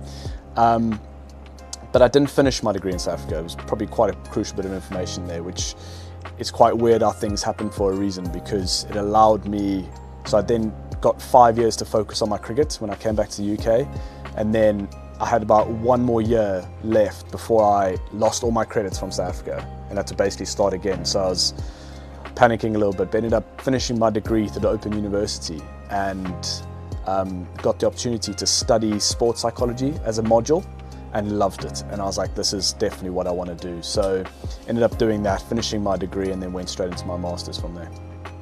So what would be the advantage for you as an individual of being clued into sports psychology? Obviously in sport in general, but specifically cricket, that psychology is a massive part of the game, and a lot of people say it's more important than some physical attributes. For you, how has it helped you having a bit of an understanding of your own mind within your game? So it's really kind of taken off the last year, 2 years. So now being on the, it's now KC's CPAR, which is the Sport and Exercise Psychology Accreditation route, has really kind of started that process. I've never really known a lot about psychology. Obviously I've worked with psychologists before, but now kind of learning the intricate detail of it has been like inspirational to me. So, I mean, I guess the different approaches that you get in psychology, it varies from like CBT, ACT, REBT, those stuff, and the list goes on, but those are the most common ones. But I always thought psychology was more about the CBT, so the cognitive behavioral therapy of the mind. But as soon as I got introduced to ACT, which is acceptance commitment therapy, it just kind of opened doors for me within my own career. The common question you get asked is, how often when you're under stress, under pressure, struggling for runs or whatever, do you try and stop, manage and control your emotions and your thoughts? Because that's what CBT tries to teach you. Now, in that situation, a lot of people will say, I try but I fail, or it doesn't work for me, or I get to the point where the issue becomes bigger than it is because I'm trying to stop it, so it grows. And that acceptance of your emotions and your thoughts almost allows you the freedom of actually playing alongside your anxiety, or playing alongside, those negative thoughts, because you get to a place where you can accept them for what they are, and instead of getting rid of them by changing them and stopping them, you diffuse them. So you just take them, they're still there, but you just diffuse the effects they have on you. And that's been really eye-opening for me in my career. I've obviously wanted to take off a lot in red ball cricket at Somerset, and I haven't really done that yet, as of yet. Obviously it's still a very long season, hopefully I get another opportunity, but in the past that would really have affected me. It would have really kind of hit home. I probably would have panicked a little bit, and ended up having a terrible year. Whereas since starting this process, having that acceptance around that and trying to control the process, control what you can control, has helped. It's helped me perform in white ball cricket, because then I see the opportunity of that format whilst the other format's not going very well, for instance. And that acceptance around that has been really helpful.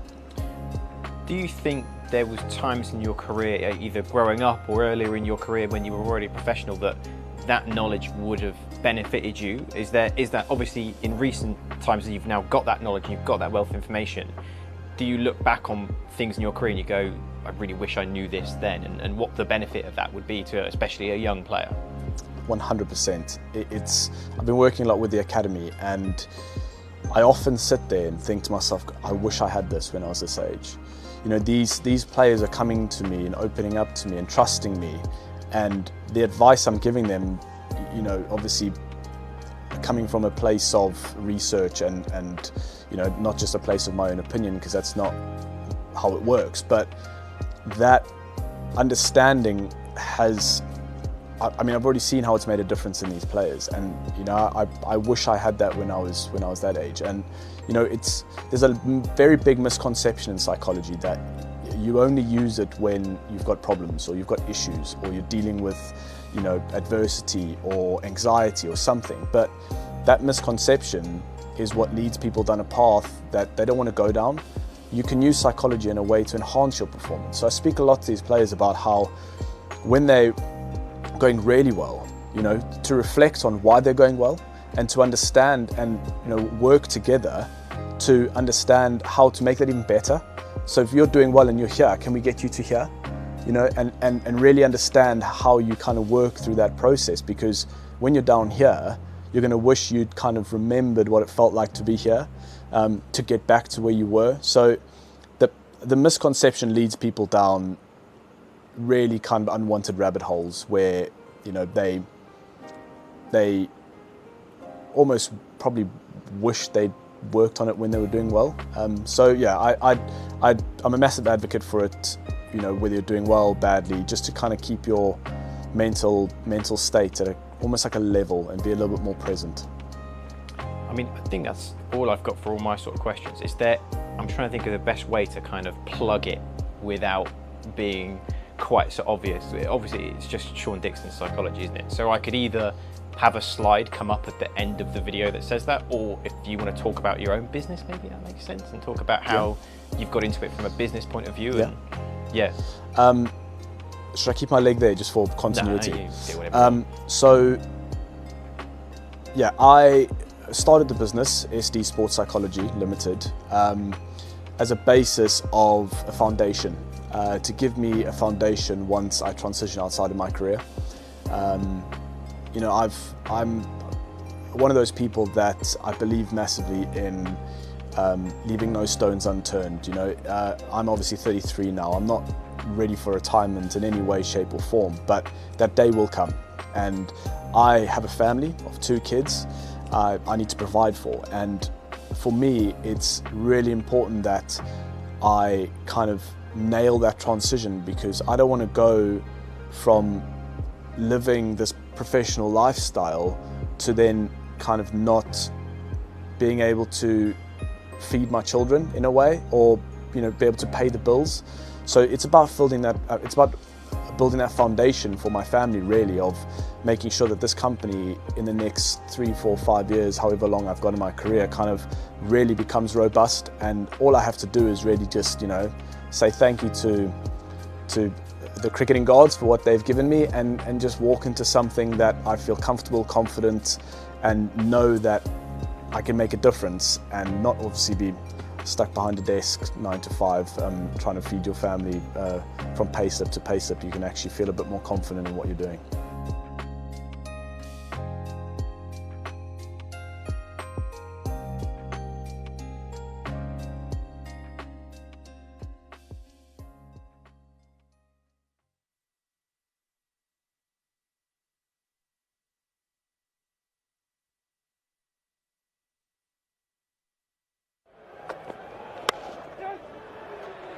Vince is away with a single.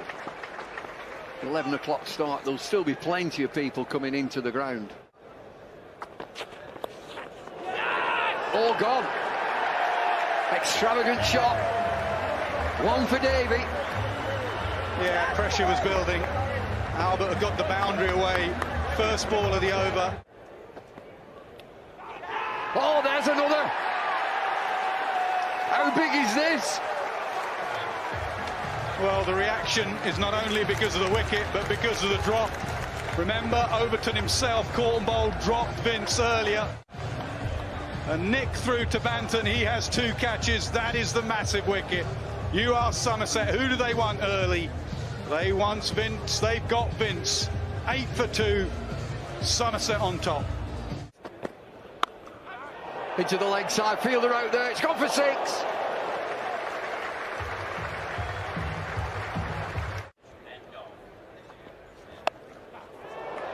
Oh, another big shot, way out there. Massive. Well, that's his shot, obviously. You bowl length to him and he sweeps it away or scoops it away for 6. Oh, castled. First ball, duck for Tom Preston. Looked a good delivery as well. Really good comeback. Did it do anything? Yeah, just nip back, clipping top of off. And this now an excellent start for Somerset. 3 wickets in 4 overs. And that is smashed straight and just long enough, just creeps over the boundary. How the game can change very quickly. Power play is finally done. Brilliant, absolutely brilliant, right on the base of the stumps. That is excellent bowling. He's changed the pace over and over again, and just as that partnership was evolving, it is done. Huge frustration there for Dawson. Difficult to get under that though, and he was also closing face, looking to try and work it into the leg side. It firmly down the ground and well. Boundary is a little bit in, and that's played into the hands of the batting side. Yep, gone. Just a little bit of bounce, which you wouldn't necessarily expect from Lewis Goldsworthy, who quite a kind of low arm, and he's not the tallest, but he's found the edge of the bat, and that's the 5th wicket to go. Yeah, Michael Atherton calls it correctly. There wasn't any spin there, but it just bounced. There was a little kick that surprised McManus. Good catch from Banton. You're never out of it. Oh, trouble. Oh no, the underarm throw came in, and it was such a feeble one that it allowed the batsman to cross. And it is 50 for Joe Weatherly. It's come in 38 balls. There's a bit of panic to get there, but he can celebrate now. Oh, there's always ways. Picked up, low full toss, and finally a bit of relief into the stands.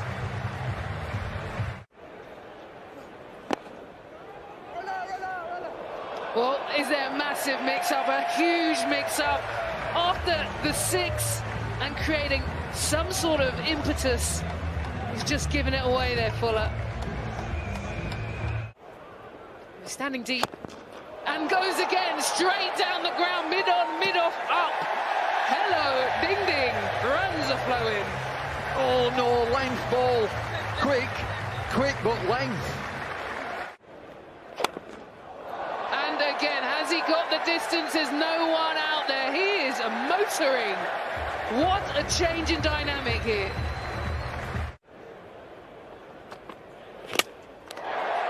Oh, he's got him.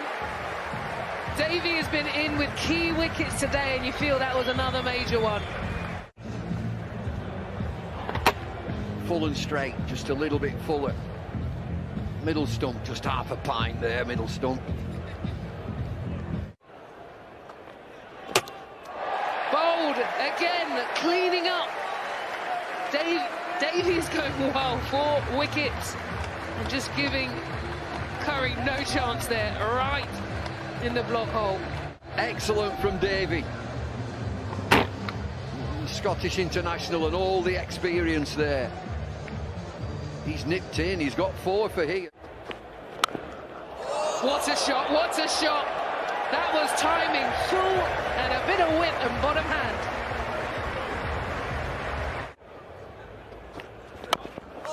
Well, he's gone high. There is a fielder underneath, and this comfortable catch in the end. Out there at mid-wicket is Tom Abel, who does the work. Just kept calm. Well, Mason Crane is left to do the final work, and a run out. Again, another run out. Well, they pick up the single, and importantly, that milestone of 150 comes up on the board. To the left armour, Wood. and just a hint of swing. Should be gone. Yeah, good catch. Out in front of the Hollies, first wicket to the Hawks. Yeah, he did well as well. He had to make up quite a lot of ground, did Tom Prest, and that's exactly what he did. That is a big wicket.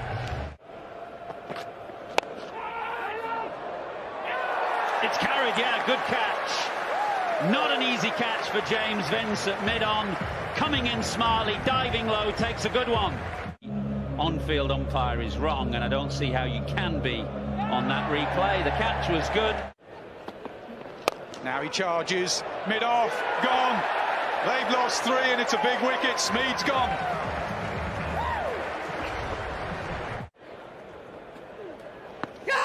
Oh, close, very close, Given first ball, Mason Crane. And Hampshire are starting to believe what a team they've been this summer. The comeback kings are at it again. Someone coming to the crease under pressure, forcing them to play just straight into fraction. He's trying to work it across the pad.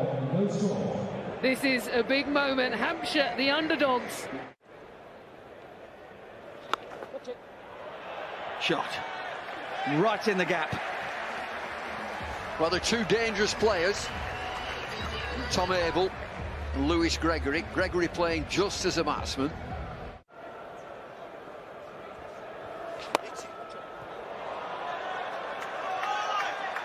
What a magnificent shot that is. Effortless from Abel.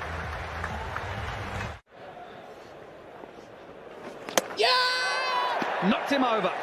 Lewis Gregory, the skipper, will have to wander back to the dugout. Dawson in his last over has picked up the Somerset skipper. Restricted him for any sort of room. He just shimmies away to the leg side and it's a full length that just rocks into leg stump. Oh, that's out of here. Shortish boundary to that side, and that's got plenty on it. And it's a magnificent grab from the man in the Magnum PI shirt. Same shot again, just a single this time, but that'll take him through to 50. The captain is playing a lone hand here at the moment. Oh, that's gone a long, long way up, but it hasn't gone far enough. Should be taken. Is taken. That is an excellent bit of captaincy, excellent bit of bowling as well. Oh, has he got enough of that? That sounded very good. And that just creeps over the cushion.